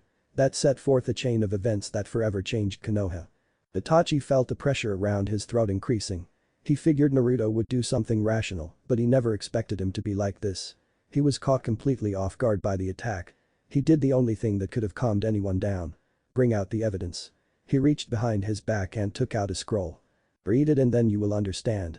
Naruto grabbed a scroll away from Itachi and opened it with his left hand, not releasing the Uchiha. He recognized the scroll, it was a personal scroll from the files of Sarutobi, the former third Hokage. As Naruto skimmed through the scroll, his eyes widened as he went from top to bottom. He couldn't believe the material that was written on it. It had to be all eyes, it has to be. He found his hand shaking. No, his entire body was shaking from the news. He dropped both Itachi and the scroll before falling to his knees. Itachi massaged his throat, feeling glad to be free from the man's grip. Do you understand now? We, the mighty Uchiha clan, was one of the most corrupted clans to have ever lived in Konoha. Bribery, assassination, anything you can name, we did it. We were the backbone of the Konoha police force. Who would dare to stand against us? We had the power to conquer Konoha if we so desired it. They were your family. Naruto, still shaken up. It went against everything that he was taught, everything that he knew. There was no way the Sandaime could have given the order to execute of the entire Uchiha clan. The kind old man who gave his life to protect the village and everyone in it. Naruto closed his eyes, trying to calm himself down. Why would he order something like this? He cared for everyone in this village like his own family. The Sandaime realized that a number of clans were being corrupted from within Konoha. If a plant developed a bad root, you would cut it off before it spreads, to keep the plant normal. In this case, I did exactly the same thing. Do you feel no remorse from your actions? Naruto quietly asked. He didn't even look at Itachi. He just stared straight at the ground, desperately searching for other possible reasons. Itachi shook his head. The order was given and it was clear that there couldn't be any survivors. And Sasuke. There had to be someone left that can carry this burden and to come after me for the sins that I have committed. I have chosen Sasuke for this task. Naruto finally picked his head up, his eyes returning back to their original color. Silence engulfed the area, both men unable to find the right words to say to each other. You're just like me. We gave everything to serve Konoha, and in the end, we were just a mindless soldier who did as they were told but was cast aside when we were no longer needed. Itachi spoke up, trying to show some emotion but failed miserably. Naruto never looked up, his hands clenching to the ground. I'm nothing like you, Itachi. I'm sure of that. Was he just another Itachi? Of course there were some similarities, but he was different. He had to be. I see. I will take my leave, but remember, the next time we meet, it will be as enemies. Itachi took a step back before disappearing into the darkness of the forest. Arghh. Naruto screamed into the air, wanting nothing more than to let this pain out. Birds flew away from the area, trying to get away from the deafening roar. Tsunade gripped the table with her bare hands, trying to prevent herself from lashing out against them. It has been 2 hours since they started this meeting and they were getting absolutely nowhere. For the last time, it is not his fault. She yelled. These people weren't budging an inch. She tried for hours convincing them that Naruto wasn't at fault. Tsunade-sama. With all due respect, the demon almost killed Danzo-san, wipe out about 20% of our forces, and cause the deaths of many civilians. How can we just let that slide? An elder spoke up. Tsunade growled in annoyance. They were just repeating and rephrasing the same thing over and over. If only there was some sign. Anything would do. Yohime. She heard the door open and saw who was poking their head inside. Speak of the devil. He'll do just fine. Jiraiya. Tsunade nodded her head, granting him permission to enter the room. Several elders gasped around the room. You have the audacity to show your face in our presence after what you did. We should hang you for treason. Koharu threatened. Jiraiya ignored the woman's threat. He received much better threats than that and compared to them, hers was childish. You have no control over me. I may be a ninja under the name of Konoha due to my contract, but nowhere in there does it state that I have to take orders from a group of ignorant fools. He faced the council. I am Jiraiya of the legendary Sannin, the title given to me by Hanzo himself. Both sides greeted each other with an intense glare. I would have let you guys die in cold blood if I had the chance. Jiraiya boasted, he wasn't afraid of them. These people have tasted the intoxicating essence of power and have become drunk with it. They are just not fit to be on the council anymore. Jiraiya. Tsunade called. He was making matters worse than it already is. If my student wanted, you guys would have been 10 feet under a long time ago. I truly trained quite a few monsters. Jiraiya rubbed his chin, thinking back to his past students. They were truly a work of art. Jiraiya Tsunade raised her voice a little. If I had my way, all of you would be. Jiraiya Tsunade shouted, slamming her hands on the table. Yes. Jiraiya looked at her in surprised. He had forgotten that he was in the room with her while he was boasting off his achievements. Getting back to business. She cleared her throat. Something had to be done here. The balance of power has already shifted. If she doesn't act fast enough, the council will grow more powerful than the Hokage itself. We have decided to put Uzumaki into the bingo books. Homura stated. He is too dangerous to be left free. Hein, rank A missing nin. She pulled out some paperwork, getting ready to write down the initial details. Rank SS. Hiashi's voice spoke up. Both Jiraiya and Tsunade looked up, wondering if they heard the news right. Rank SS. Tsunade stuttered. Are you insane? Hiashi stood up, knowing that it was his turn to explain the decision. He is classified as both a cage-level ninja, and he also has the Kyuubi in him, the strongest of all demons. He deserves the rank of SS. He is better to us dead than alive. Other people started to join in, supporting Hiashi of his idea. No. Tsunade calmly said. I refuse to do it. Jiraiya started applauding slowly. I am the Hokage of this village and I do not see him as a threat. You have elected me as Hokage to serve and protect this village and I will continue to do it until the day I die. She finished her speech by folding her arms, glaring at each member. Jiraiya, throughout the speech, stood up and was clapping loudly. I don't think you understand the situation, Tsunade-sama. We are in a time of crisis, which means that your power and our power are one and the same. During this time, we will vote and decide on important issues that concerns itself with the village. Kaharu spoke up this time. All in favor of the decision. Please stand up. One by one, leaders of different clans started standing up. Tsunade stared at each of them in disbelief. Why? Naruto was friends with your children. He would never harm a single hair on them. It is because of that reason why we decided to do it, Hokage-sama. Inoichi quietly said. We have children that we want to protect, the children that we want to see succeed us. They are our future and we must protect it for their sake. Before Tsunade could open her mouth. Inoichi is right. We're sorry, Tsunade-sama, but it is only for the best. Shikaku spoke up, interrupting her. Tsunade felt her anger just about to burst. These people are insufferable, stubborn old fools were too afraid to let go of the old way. She slammed her fist down at the table, causing it to crack a little. Fine. Do what you want with his ranking, but know this, I will not be held responsible for whatever ninjas you send after him. But that last statement, Tsunade walked out of the room, leaving them to think it over. Naruto, for the second time today, started to feel tears dripping down his face. He sniffled. I will never be manipulated again. From this day forward, the world and everything else in it is dead to me. He got up slowly, taking deep breaths. From this day forward, I will never be a Konoha ninja again. He summoned his blade of wind, scratching out the leaf symbol on his hit I-8. May Kami-sama have mercy on the souls of those Konoha ninjas. He tied the hit I-8 on his arm. Because they will be as good as dead. He slowly walked away, disappearing into the forest. What am I going to do, Jiraiya? I just marked Naruto for death. Rank SS. That's just like saying, kill me now. Tsunade buried her head under her arms, feeling her heart breaking. I trained that Gaki Haim. Don't worry. If anyone could survive this, it's that kid. Like you keep your eye on those hot springs, I bet. Tsunade muttered under her breath. Jiraiya laughed. See what you can do. I'm going to start looking for him now. Jiraiya opened the window and jumped away, leaving the Hokage to collect her own thoughts. A knock appeared on the door, disturbing Tsunade. What the hell is it now? She barked out. She wasn't in the mood for this. The new bingo book, Hokage-sama. A timid Chunin answered. She quickly took it and was flipping through the pages until she reached the name she was looking for. Her eyes widened when she read the rank. So those bastards actually went through with it. She looked up and still saw the Chunin standing there. What the hell are you waiting for? Get out of my sight. The Chunin quickly ran out of the room, scared because of all those rumors concerning the Hokage. The legendary Tsunade, the slug princess, capable of smashing mountains with her bare hands and the best medics that resides in Konoha.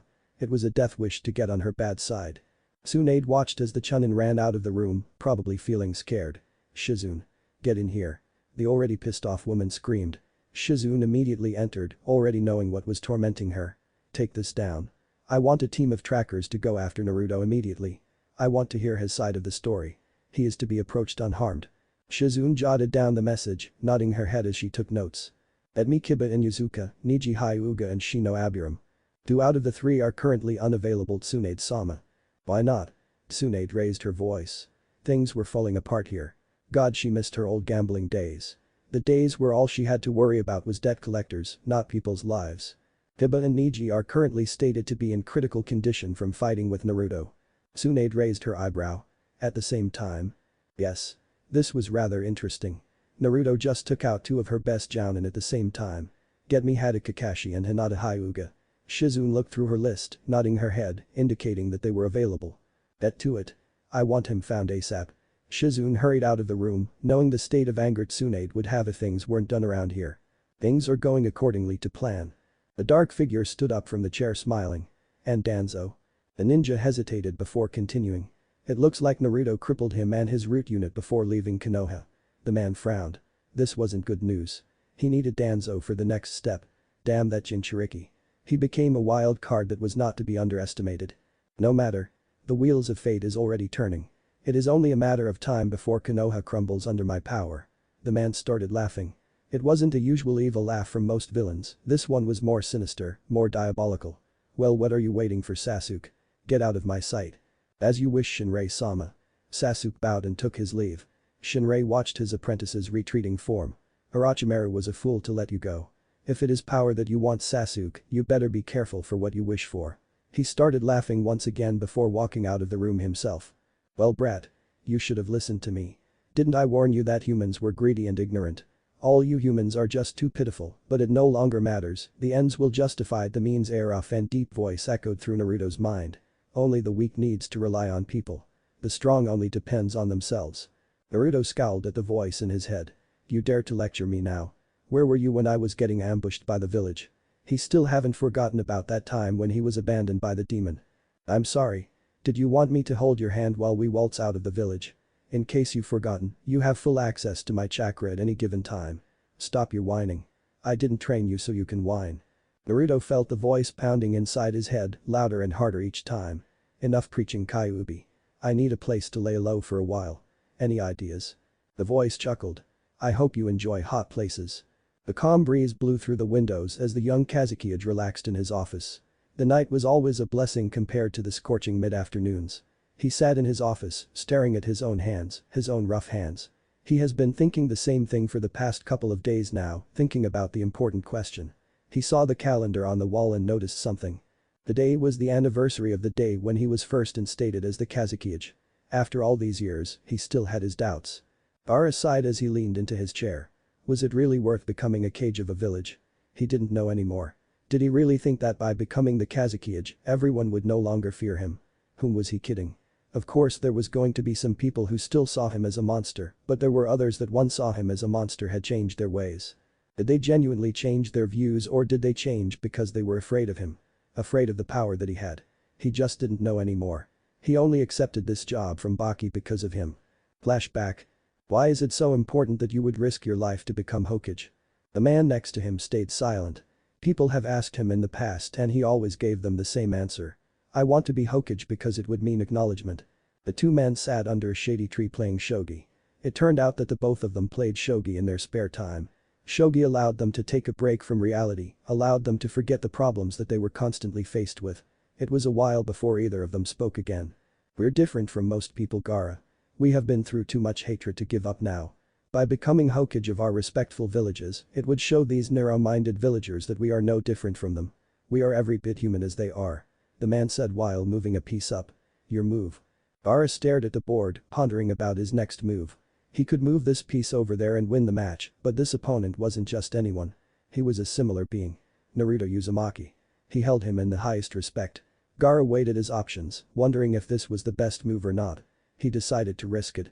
It was either do or die. No turning back now. Naruto sat there as he watched Gaara take his bait. Check. He heard the young Kage speak. Watch the way people move, Gaara. There is always an ulterior motive, Gaara. Remember that. Naruto moved the piece before into a different position, ending the game. Check and mate. Gaara stared at the young man before him. He felt himself letting out a small chuckle. You are a strange one indeed, Naruto. Flashback end. It has been a while since they last communicated. His duties as Kazekage have left him with no time to travel out of the country, much less to visit people important to him. The last time he visited Konoha was a year ago when he was on a diplomatic visit. Hello, Gaara. A cold voice spoke up, the cloak flapped against the breeze, hiding the person's physical features nicely. Gaara immediately turned his chair around, his sand already making their way towards the intruder. He narrowed his eyes, trying to recognize his assailant. Cripple then asked questions later. That has always been his style. He raised his left hand, commanding the sand to surround him, intending of crushing his midnight visitor. I'm hurt that you don't remember me. He's fast, Gaara thought as the person disappeared, avoiding his sand. He turned his head around and was surprised to see the person standing in the light, revealing himself. It took him a few seconds to recognize his intruder. It wasn't hard to identify him. He only knew a few people that had blonde hair. The Mari was traveling to Konoha to visit her sorry excuse of a man boyfriend, and then there was Naruto. Why are you here? The Kazekage asked, lowering his sand. It was rare for a ninja to show up in his office unannounced. Shouldn't you be in Konoha doing guard duty or something? I no longer have respect for those fools. Naruto coldly answered. They can rot in their own filth. Gaara noticed the tone difference in his friend. It sounded more distant, as if it was trying to cover up something. Something serious must have happened if Naruto showed up in his office near midnight with no explanation at all. Gaara also took note that Naruto's facial expression was different. His face no longer showed emotion, except when the subject of Konoha was brought up, anger and hatred could be seen from his eyes clearly for a split second before disappearing. He could only venture a guess about what happened. "You have to tell me something, Naruto." "I don't have to tell you anything," Naruto replied, snapping at Gaara. Realizing what he did, he apologized. "Sorry. I'm just exhausted." He closed his eyes and massaged his temples. "It has been a hectic week, running non-stop from Konoha all the way here. I just need a place to stay for one night." Gaara reluctantly gave in. It was unethical for a Kage to house a missing nin, but this was his friend. His very first friend. "Stay in my spare room. I'm sure you know where that is." Naruto nodded and walked towards the window. He stopped when a sand-shaped hand blocked his exit. "Do not wake Matsui up. She had a long day." Naruto raised his eyebrow to question Gaara but decided not to when he saw the Gaara death-like glare. The sand slowly dropped to the ground when the two nodded their heads slightly, a silent agreement between men. Naruto disappeared in the night, leaving Gaara to follow behind. Next morning. Gaara stood outside the door, wondering if it was wise to knock or to just open. If he decided to just open the door, he might see something he didn't want to see, whereas if he knocked and awakened Naruto, he would probably end up with a Rasengan to the face. It was already 10 in the morning, and Matsui would probably kill him for making a mess in the house. "Naruto. I'm coming in," Gaara said out loud. He figured he would give the blonde a warning before he entered. He leaned against the door, trying to see if there was any movement going inside. Surprisingly, he heard nothing. Taking his chances, he slowly opened the door. He expected the blonde to be snoring or lying unconsciously on the bed. Given his appearance from last night, he half expected him to be knocked out for at least 2 days. "Naruto." No answer. Gaara looked around the room. It was still clean, as there was no sign of a person ever living here. "Naruto. Are you in here?" he asked once more. He looked around in the room, noting that the bed has not been touched, but there was something by the table. By closer examination, there was a note left behind that was intended for him. "Gaara. Staying here would cause your village trouble. We can't have a missing nin cause trouble for you now. I'll deal with these problems myself." Gaara stared hard at the piece of paper, reading it over twice. "That fool." He cursed out loud. Why must he always play the hero that takes on everyone else's problem? That was one thing he'll never understand about him. Why couldn't he just care about himself before others? Was that just too hard to understand? "Is something the matter, Gaara-kun?" Matsui appeared at the door, looking worried. It was unlike Gaara to just curse without reason. "Nothing, Matsui. Nothing at all." Gaara replied as he crumpled up the paper. If looks could burn, that paper would have been in hell by now.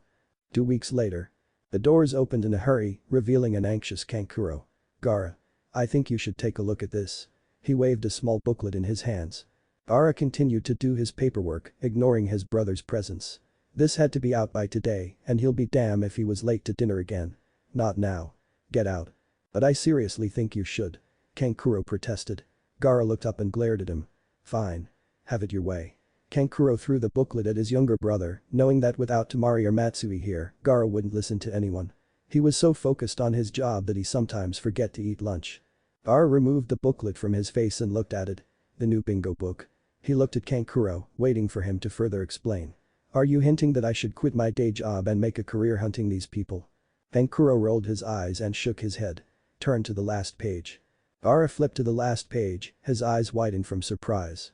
"What the hell is this? This has got to be a mistake. Is this some kind of joke?" He threw the booklet down, anger written across his face. On the last page, it was a face that they were all too familiarized with. Naruto Uzumaki known affiliates the Silent Storm rank SS missing nin to be killed on site. Personal info. Extremely dangerous and should not approach alone. Wanted for the murder and endangerment of Konoha residents. What the hell is this trash? Gaara angrily shouted, demanding an answer. The sand started gathering around Gaara, responding to their owner's intentions. Was this the reason why he left? No, it must be something else. Naruto wouldn't kill anyone, much less those villagers. Kankuro backed away, actually fearing his younger brother in years. In all his life, he has never seen Gaara this enraged. Not even back during the Chunin exams when his seal was still unstable. "I want all trades, alliances, resources, anything remotely connected to Konoha in my office within 5 minutes." Gaara growled. If this was some kind of joke, then by all means, he'll show them what it is like to joke with the Kazekage. Kankuro nodded his head as he left the room, rushing to get the requested items. No one else wanted to be Gaara's secretary, and he was the only one stuck doing it. As he thought back to how angry Gaara was, he decided to increase his pace, fearing that this could only lead to trouble. Only a complete idiot would mess with Gaara right now. 1 week later. Shizune checked her watch as she waited outside the doors. If she just slightly pressed her ear against the door, she could hear almost everything that was going on in the room. Shizune decided against it. She would have to trust that whatever they're talking about inside would be relevant. Why must she kid herself?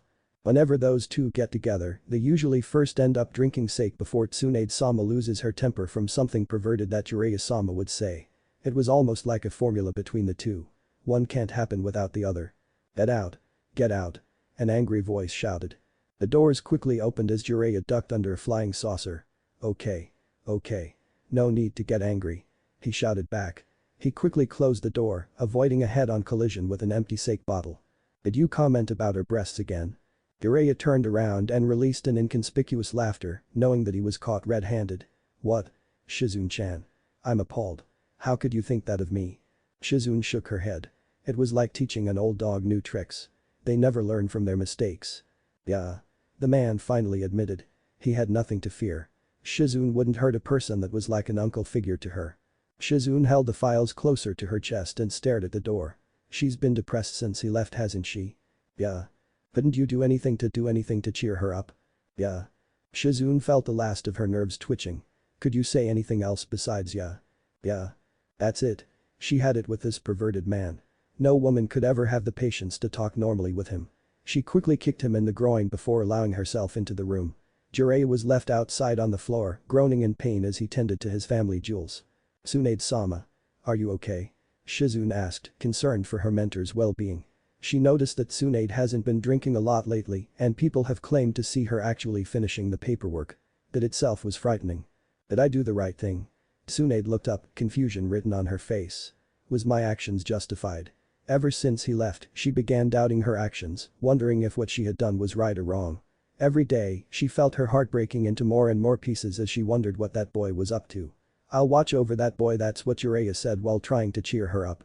Ah, what a laugh. That perverted leech didn't even leave the village to look for him. All he did was stay constantly at her side. She was thankful for that, but she'll never tell. I don't think you're a terrible person, Tsunade-sama. I believe that you did it for the village. You saved his life by granting him his freedom. Shizune replied. He wouldn't want you to be like this. Ever since he left, her mentor was drowning herself in work, believing that it was the only way she could take her mind off her mistake.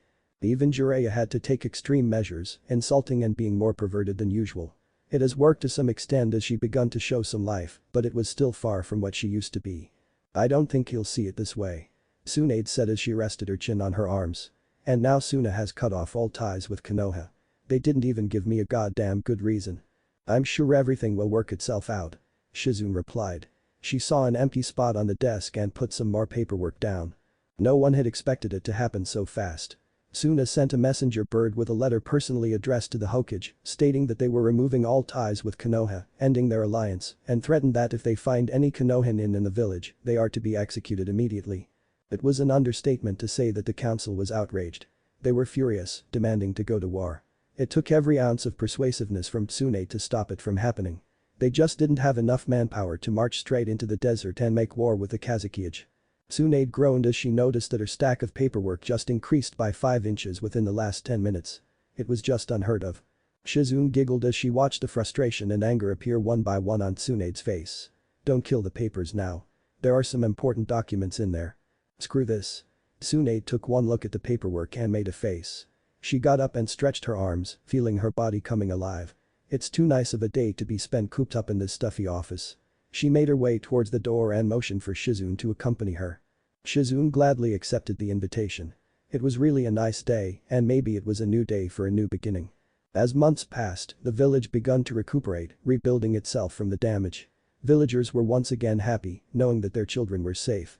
The entire military division of Konoha began to reevaluate their standards, making sure that nothing like this would happen again. Konoha had also begun to offer more training to ninjas, allow them to prepare for any type of situation. Missions were still being given and completed at the usual rate. Even Kakashi had begun to show up on time, which surprised his team. Sasuke and Sakura were still going out, but were taking it one step at a time. Neither one wanted to rush and destroy the relationship that they worked so hard to build upon. Sakura had to sometimes watch Sasuke as he overdid himself with training. Ever since he was found beaten on the ground, he had taken it on himself to increase his training regimen. No one knows what happened that day, but they could only guess. Team 10 with their sensei, Asuma Saratobi, continued to negotiate with Suna on a discreet note. Their correspondent. Tamari herself. She was in love with her pineapple-shaped boyfriend, but she was too proud to let him know. He was the only reason she ever came back to this place. The group was working on a plan to somehow reunite Suna and Konoha, but as their plan goes, they weren't making much progress. Guy's team was always Guy's team. Lee and Niji was out of the hospital, but was still in no shape to do missions. They were taken off the active duty list and were recovering surely but slowly. That explosion left them scarred for life, a reminder that they were lucky to be alive. Tenten was moved over to Kurenai's team to replace Kiba because he was taken off the active duty list as well. In many ways, Naruto's departure led to many changes in the village. Whether it may be good or bad, it still showed them that they were too relaxed and a single man alone was able to cripple half the village's military power. Danzo seemingly disappeared after leaving the temporary Konoha hospital. No one has seen hair or hide of Danzo since the incident, but word on the street was that he was still alive and plotting revenge. 6 months later. Tsunade-sama. Shizune shouted as she ran into the room, disrupting Tsunade from her daily nap. Things began to return to normal after a few months, and Tsunade no longer blamed herself for Naruto's departure. Things were slowly returning back to the way they once were, with Tsunade sleeping and ignoring the paperwork. Huh? Was that? Tsunade groggily answered. She wiped the drool off her mouth and slowly sat up, wondering what was so urgent that she had to be disturbed. Team Kakashi and Asuma have found the entrance to the Akatsuki base. They are currently engaging Uchiha Itachi and Kisame Hoshigaki in battle. What? Tsunade jumped up, knocking over a pile of paper. This was big news. Akatsuki was on the move lately, and no one knew why. Where is the base located? Shizune quickly checked her report, scanning the portions quickly. Kakashi failed to mention their present location. She continued to skim through the report. Tsunade cursed the cycloptic man, damning him and his lazy ways. Tell them to regroup. There must be a reason why those two were the only ones there. Tsunade could feel it in her gut, something bad was brewing out there and she didn't like it. Shizune didn't bother to interrupt. She could hear the urgency coming from her voice. She was only like this when she truly believed it was a crisis. She quickly excused herself and walked out of the room to do what was asked of her. Akatsuki base. You're really pitiful, Sasuke. You had several teachers and yet you're still weak. Itachi said as he brought his elbow down on Sasuke's left leg, attempting to break the knee. I shouldn't have spared you back then. Sasuke jumped up and performed a roundhouse kick with his other leg, trying to get Itachi to release his hold. Itachi ducked under the kick and forcefully threw him toward Sakura. Sakura braced herself to catch Sasuke, keeping the damage done to them to a minimum. You come in here and expect to kill me at your level. I'm very disappointed. You don't know anything about me. Sasuke retorted as he pulled himself off Sakura, making sure she was okay before turning his attention back to Itachi. He held out his left arm and took a deep breath. Chidori, he shouted out while rushing forward, the sounds of chirping echoed throughout the cave. Itachi. Sasuke yelled out. He ran straight to Itachi, feeling that today was the day that he can finally have his revenge. Itachi stood there, unfazed by the murderous intent produced by Sasuke. He merely responded by raising his finger, pointing it at Sasuke. Sasuke-kun. Wait. Sakura saw the tiny movement by Itachi and jumped in, realizing that Itachi was planning something. Sakura, no. Kakashi shouted. From the corner of his eye, he could see Sakura ignoring his warning. The copy ninja was currently preoccupied with Kisame as a stand-in replacement for Shikamaru, who was the first to be targeted by the missing nin. With Kisame. That tickled but fun time is over. Get off me. Kisame laughed at the pathetic attempt made by the Konoha nin. There was no way a weakling like that could stop him. They have been fighting for 20 minutes now and he was having too much fun to kill them. The Akatsuki member proceeded to remove the man, but to his surprise, he found himself struggling to move his own body. What the hell? It takes two to do teamwork. Not one. Shikamaru stepped into Kisame's range of vision, his hands by his side. He would allow the missing nin to witness the technique that was going to be his downfall. Kisame's eyes widened, surprised to see him still standing. I thought I killed you. Nope. You just missed my vitals. Shikamaru wiped the blood off from the near-fatal wound, allowing Kisame to see it for himself. With Xiaoji's strength combined with my Kajimane, the unstoppable becomes stoppable. Kisame gritted his teeth. He didn't like this. He struggled to move his Samahata forward, pushing against the shadows with all his might. Shikamaru grunted as he tried his best to stop the man from moving. Do it now. He couldn't hold it long.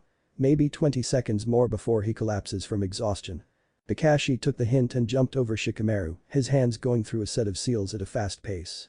Kakashi gripped his right hand, feeling the flow of chakra going through it. He ran over towards Kisum, with his right arm resembling the Chidori.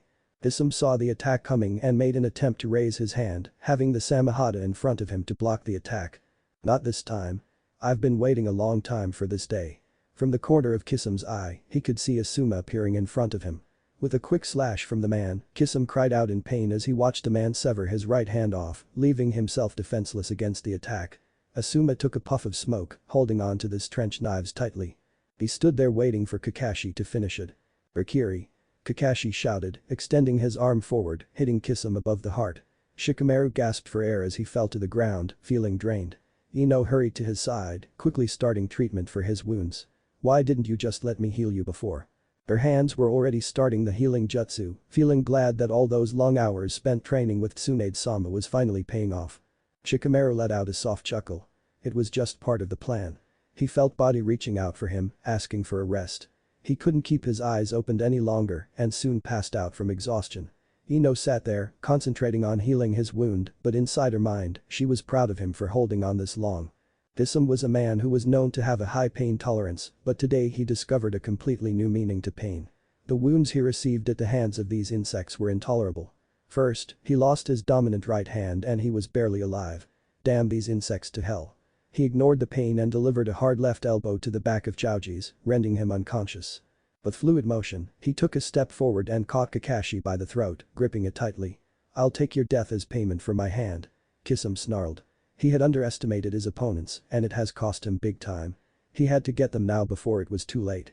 Kakashi struggled a bit against Kisum, smirking before he disappeared in a puff of smoke, revealing a log in Kisum's procession. Kisum was caught off guard by the Kawarimi that he failed to notice Asuma appearing right behind the long, his hands on the dragon's seal. Kaiten. Heisakishima he blew out a lingering cloud of smoke in front of Kisum, trapping him within the cloud. Arg. Kisum took several steps, trying to escape from the scorching smoke. He ignored the pain in his arms, trying to get the smoke out of his face. His cloak was already torn to pieces from the earlier assault. His mind finally registered that the entire fight, from beginning to end, was just a setup for this moment. Asuma, with every ounce of chakra left in him, extended his wind element on his weapon before slicing Kisum in half, ultimately ending his life and ninja career. Asuma walked up to Kakashi, who was barely standing from fighting the S-rank ninja. It took the four of them to bring down this beast. He wondered if they had enough left over to fight Itachi. And then there was two. Kakashi lazily answered as he collapsed in his friend's arm. But Itachi. Sasuke had a satisfied look on his face when he found his arm piercing through Itachi's heart, smirking as he watched Itachi cough out blood, but his expression turned to shock when the Itachi in front of him disappeared into birds. "This is how you do it, little brother." Sasuke turned around, surprised to see Itachi racing up to him with a Chidori. "How the hell did he put me in a Jinjutsu?" Sasuke shook off that thought, immediately preparing the require hand seals for another Chidori. "Bring it, Itachi." He ran towards Itachi, both Uchihas arching their arm back, gaining momentum. "Chidori." Both of them cried out. The light was intensified as Chidori met Chidori head-on, each one struggling for dominance. "Erg. This has to be a joke. Our levels cannot be this goddamn far apart." Sasuke struggled to keep Itachi at bay, making sure he wasn't gaining any leverage. He felt his legs giving out as Itachi continued to push, hands locked in combat. "You lose once more, Sasuke." Itachi stood a step forward, using his body weight to gain an advantage. When he saw Sasuke struggling to push back, Itachi immediately withdrew his hands, catching his little brother off balance. "Shit." Sasuke felt himself slipping as Itachi released his hand, cancelling his own Chidori. Sasuke tilted his head up to see Itachi smirking down on him. It can't end this way. Itachi quickly rammed his knee against Sasuke's jaw, sending the boy backwards. He saw the perfect moment and struck his arm out, the black color Chidori aimed straight for the heart. "The Shinigami will not be claiming Sasuke-kun's soul today, Itachi." Sasuke turned his head slightly to see Sakura standing there, his eyes detecting chakra gathering in her fist. "Take this."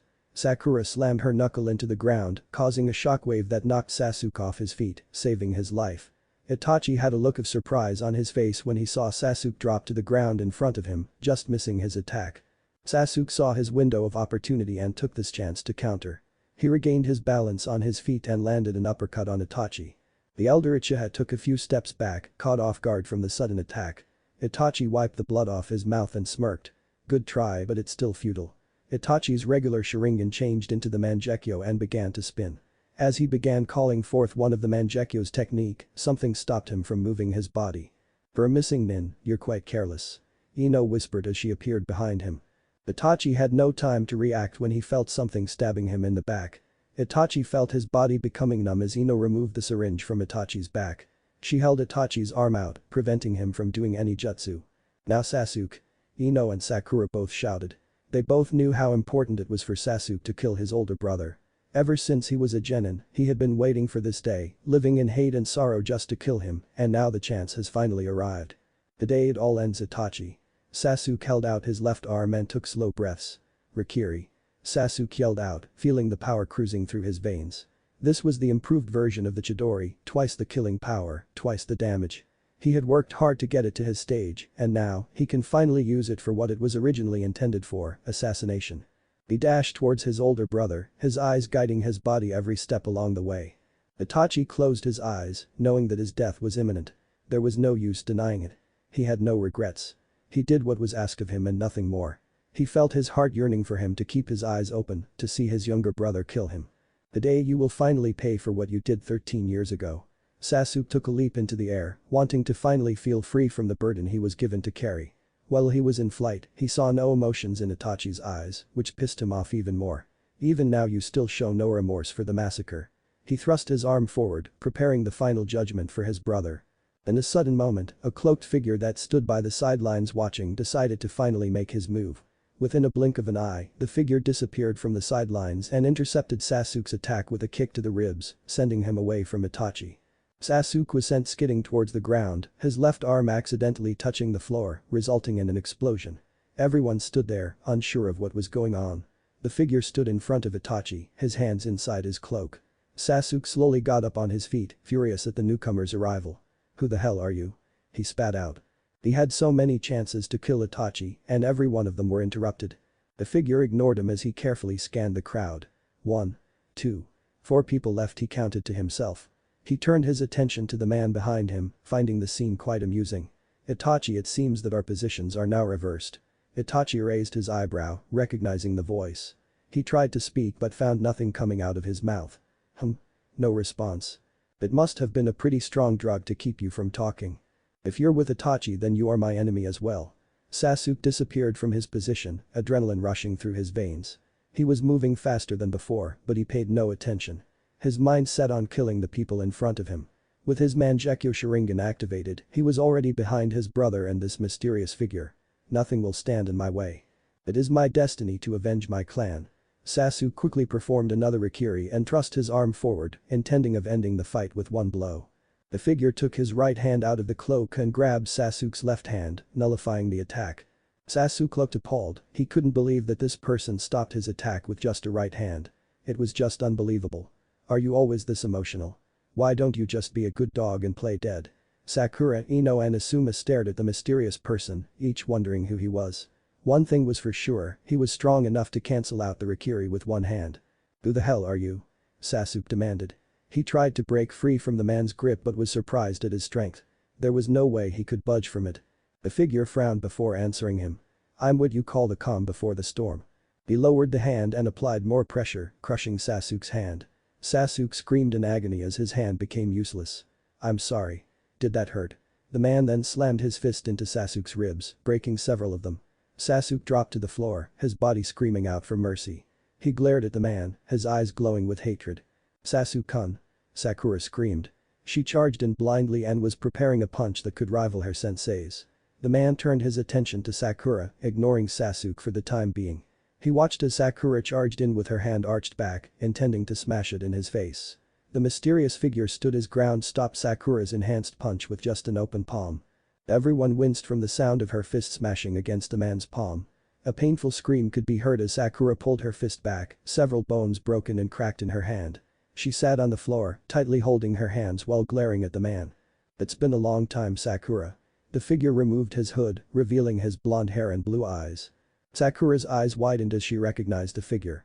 Naruto. Everyone stood there shocked. Shock was just an understatement. No one had expected the blonde to show up here out of all the other possible places. Naruto stood there, his face deprived of any emotion as he looked into Itachi's eyes. "My debt to you is now repaid, Itachi. A life for a life." "Why must you always be in my way, Naruto?" Sasuke screamed. It was always Naruto that stood between him and his goals. There was never a time when he had no competition. Sasuke leaped forward, his right hand on the Kusanagi. He brought it down with a diagonal slash on Naruto, aiming to cut off his head. Naruto stepped forward and caught the blade between his fingers, forcing Sasuke to lower the sword. If you weren't worth Itachi's time, you are certainly not worth mine. Just as Naruto was about to say something else, Ino, who stayed hidden behind Itachi, reached for another syringe and jumped behind Naruto, aiming to inject him with the same thing she did with Itachi. Naruto noticed her small figure just in time and turned around, smashing his elbow into Sasuke's face, causing the younger Uchiha to relinquish his hold over the sword. With the sword in his hand, he dodged the stab from the needle by sidestepping the girl twice and ended up behind Ino. Naruto held the sharp sword to Ino's throat, calm breaths coming from him. It's been a long time, Ino. It seems the years have been kind to you. Screw you, demon. Ino sneered. Naruto turned his attention to the others, seeing as how Kakashi was unconscious and Asuma had his hands on his favorite trench knives. If you would kindly let me leave here with Itachi, I can promise to spare your student's life. It's your call now. Asuma gritted his teeth. It was a tough decision. There was no guarantee what he would do to Ino, and he was down 4 men. He tried searching for more answers, but there was nothing more he could do. There was no way he could beat Naruto in his current state. Naruto noticed that Asuma was hesitating for a bit, a grin slowly formed on his face. It's not that hard, Asuma. Let me go in exchange for her life, or else I'll send her body back in a coffin. Naruto informed the man. Konoha will greatly mourn the loss of the Yamanaka heir. Asuma, in all his years of service, was left with no other option but to follow the orders of his enemy. Take Itachi and leave. The words painfully left his mouth, already regretting those words. No. A voice shouted. Sasuke struggled painfully to get back on his feet, preparing to what looks like a final Rakiri. You would risk her life to complete your revenge? Naruto asked. One lost would mean the deaths of several dangerous criminals. Sakura shouted. She was doing everything in her power to not rush straight into the situation. If they could execute this attack, then Ino's death would not be in vain. Ino stared at her best friend straight in the eyes. She couldn't believe what was happening. All the things that they'd been through, and this was how Sakura had chose to end their friendship. Don't worry, Ino. I swear to you we'll get him and avenge your death. No. Not this way. I don't want it this way. Ino shouted back. Tears began filling her eyes. She didn't want to die yet. She still haven't done all the things she wanted. She wanted a family, a nice house where her kids can grow up and play. All those dreams that she had started to fade away. Rakiri. Sasuke charged in, aiming to kill everyone that stood in his path. He had put all his chakra into this final attack. Naruto stood there, shaking his head. This generation of ninjas that Konoha raised turned out to be quite a disappointment, hasn't it, Asuma-san? Asuma looked bewildered as he saw Naruto disappeared out of Sasuke's way, causing him to collide into Sakura, sending them both into the ground once more. He ignored the loud explosion caused by the attack and scanned the area, his eyes finally finding Naruto standing by the doorway, holding Ino in his arms with a cage Bushin holding on to Itachi. The deal's off, Asuma-san. I will be sending her back in a body bag. Naruto coldly stated. Wait. Asuma shouted at Naruto. If it meant saving his student's life, he would gladly give up his to save hers. He had already seen most of the world, but Ino hasn't. Before he could do anything else, Naruto disappeared into the forest, taking with him his student and Itachi. 10 miles elsewhere. A Naruto clone dropped Itachi off from his shoulder, earning the Uchiha a rough landing with the ground. The original Naruto carefully put Ino near a tree, tying her up. He splashed some water over Ino's face, awakening her. You will tell me what you did to Itachi. Ino opened her eyes, surprised to find herself staring into the face of her captor. Why should I help you? She spat out venomously. Naruto glared at her. Even in this type of situation. You're still a bitch. Don't you know when you've already lost? Naruto pressed a kunai near her throat, allowing her to feel the coldness of the weapon. They left you for dead. You might as well make yourself useful to me before I end your pitiful life. Ino felt her fears rising from the bottom of her stomach. She was actually scared of this man, scared that he would actually kill her in cold blood. It was no longer the Naruto she knew. This was the voice of a cold-blooded killer. Are you going to talk? Naruto pressed the weapon in, drawing a little blood. Or do I have to dig a little deeper? It was an experimental paralyzing serum. The effects should have worn off by now. Please don't kill me. Ino answered quickly, fear taking over her body. Naruto heard some noise behind him and turned his head to see Itachi moving. The Uchiha began to move his body, able to regain feeling over his body once more. A bit theatrical back there, don't you think, Naruto-kun? Naruto shrugged. Whatever works, Itachi. The Uchiha nodded. They have lost track of the boy since he disappeared after destroying half of Konoha's military force. The Kyuubi container was somehow able to avoid their radar, which made tracking him insanely difficult. Why did you save me? Naruto blinked twice, surprised at the question. Nevertheless, he had a purpose for saving his life. I've come to take you up on that offer. Itachi thought it over before answering. In his mind, he was actually impressed with the strength that the Kyuubi container displayed. It would seem like he greatly improved during his travels. We'll be glad to have you. The Uchiha responded, knowing what offer the blonde was talking about. With the loss of his partner, Naruto Uzumaki might make a great addition to the team. Naruto turned his attention to the whimpering Ino, who was sitting there looking scared. Naruto walked up to her and stared into her eyes. I could end your life right here, but I won't. He looked around, seeing if there was anyone nearby. He took out a kunai and held it tightly, a sign that most people do before stabbing or cutting something. Time began to slow down for Ino as she watched Naruto come closer and closer, fearing the moment until he actually reached her. Her mind wandered back to Naruto Uzumaki. The enigma of Konoha. Ino couldn't remember spending that much time with the boy because of what everyone said. She could feel his power radiating off him like the sun giving off warmth. It happened so quickly. In a flash, Naruto just disappeared from their lives and reappeared at the trial to just disappear once more. Now the man was standing in front of her, probably going to end her life. If she could go back in time to change all this, she would make sure this wouldn't have happened. Ino saw Naruto bringing his arms closer and she closed her eyes, anticipating the pain to come. She had gotten cut, stabbed and sliced before and each time, it still frightened her. She opened them a second later when she felt her chains become undone. Never in a million years did she accept him to do this. If it was the other way around, she would have done the same thing. Ino looked up and met Naruto's eyes, wondering why he didn't kill her. Why? She whispered out. Naruto stared into her eyes, wondering if she was just stupid or curious. A storm doesn't always hit everything. He replied, leaving her with a cryptic message. Naruto turned around and took off with Itachi towards an unknown direction, leaving her alone in the forest. What if Naruto was banished Anbu captain? And thanks for watching my video till the end. If you enjoy this content, then do consider subscribing to my channel and leave a like if you guys need the next part, comment down, and thanks for watching the video and see you guys in the next video.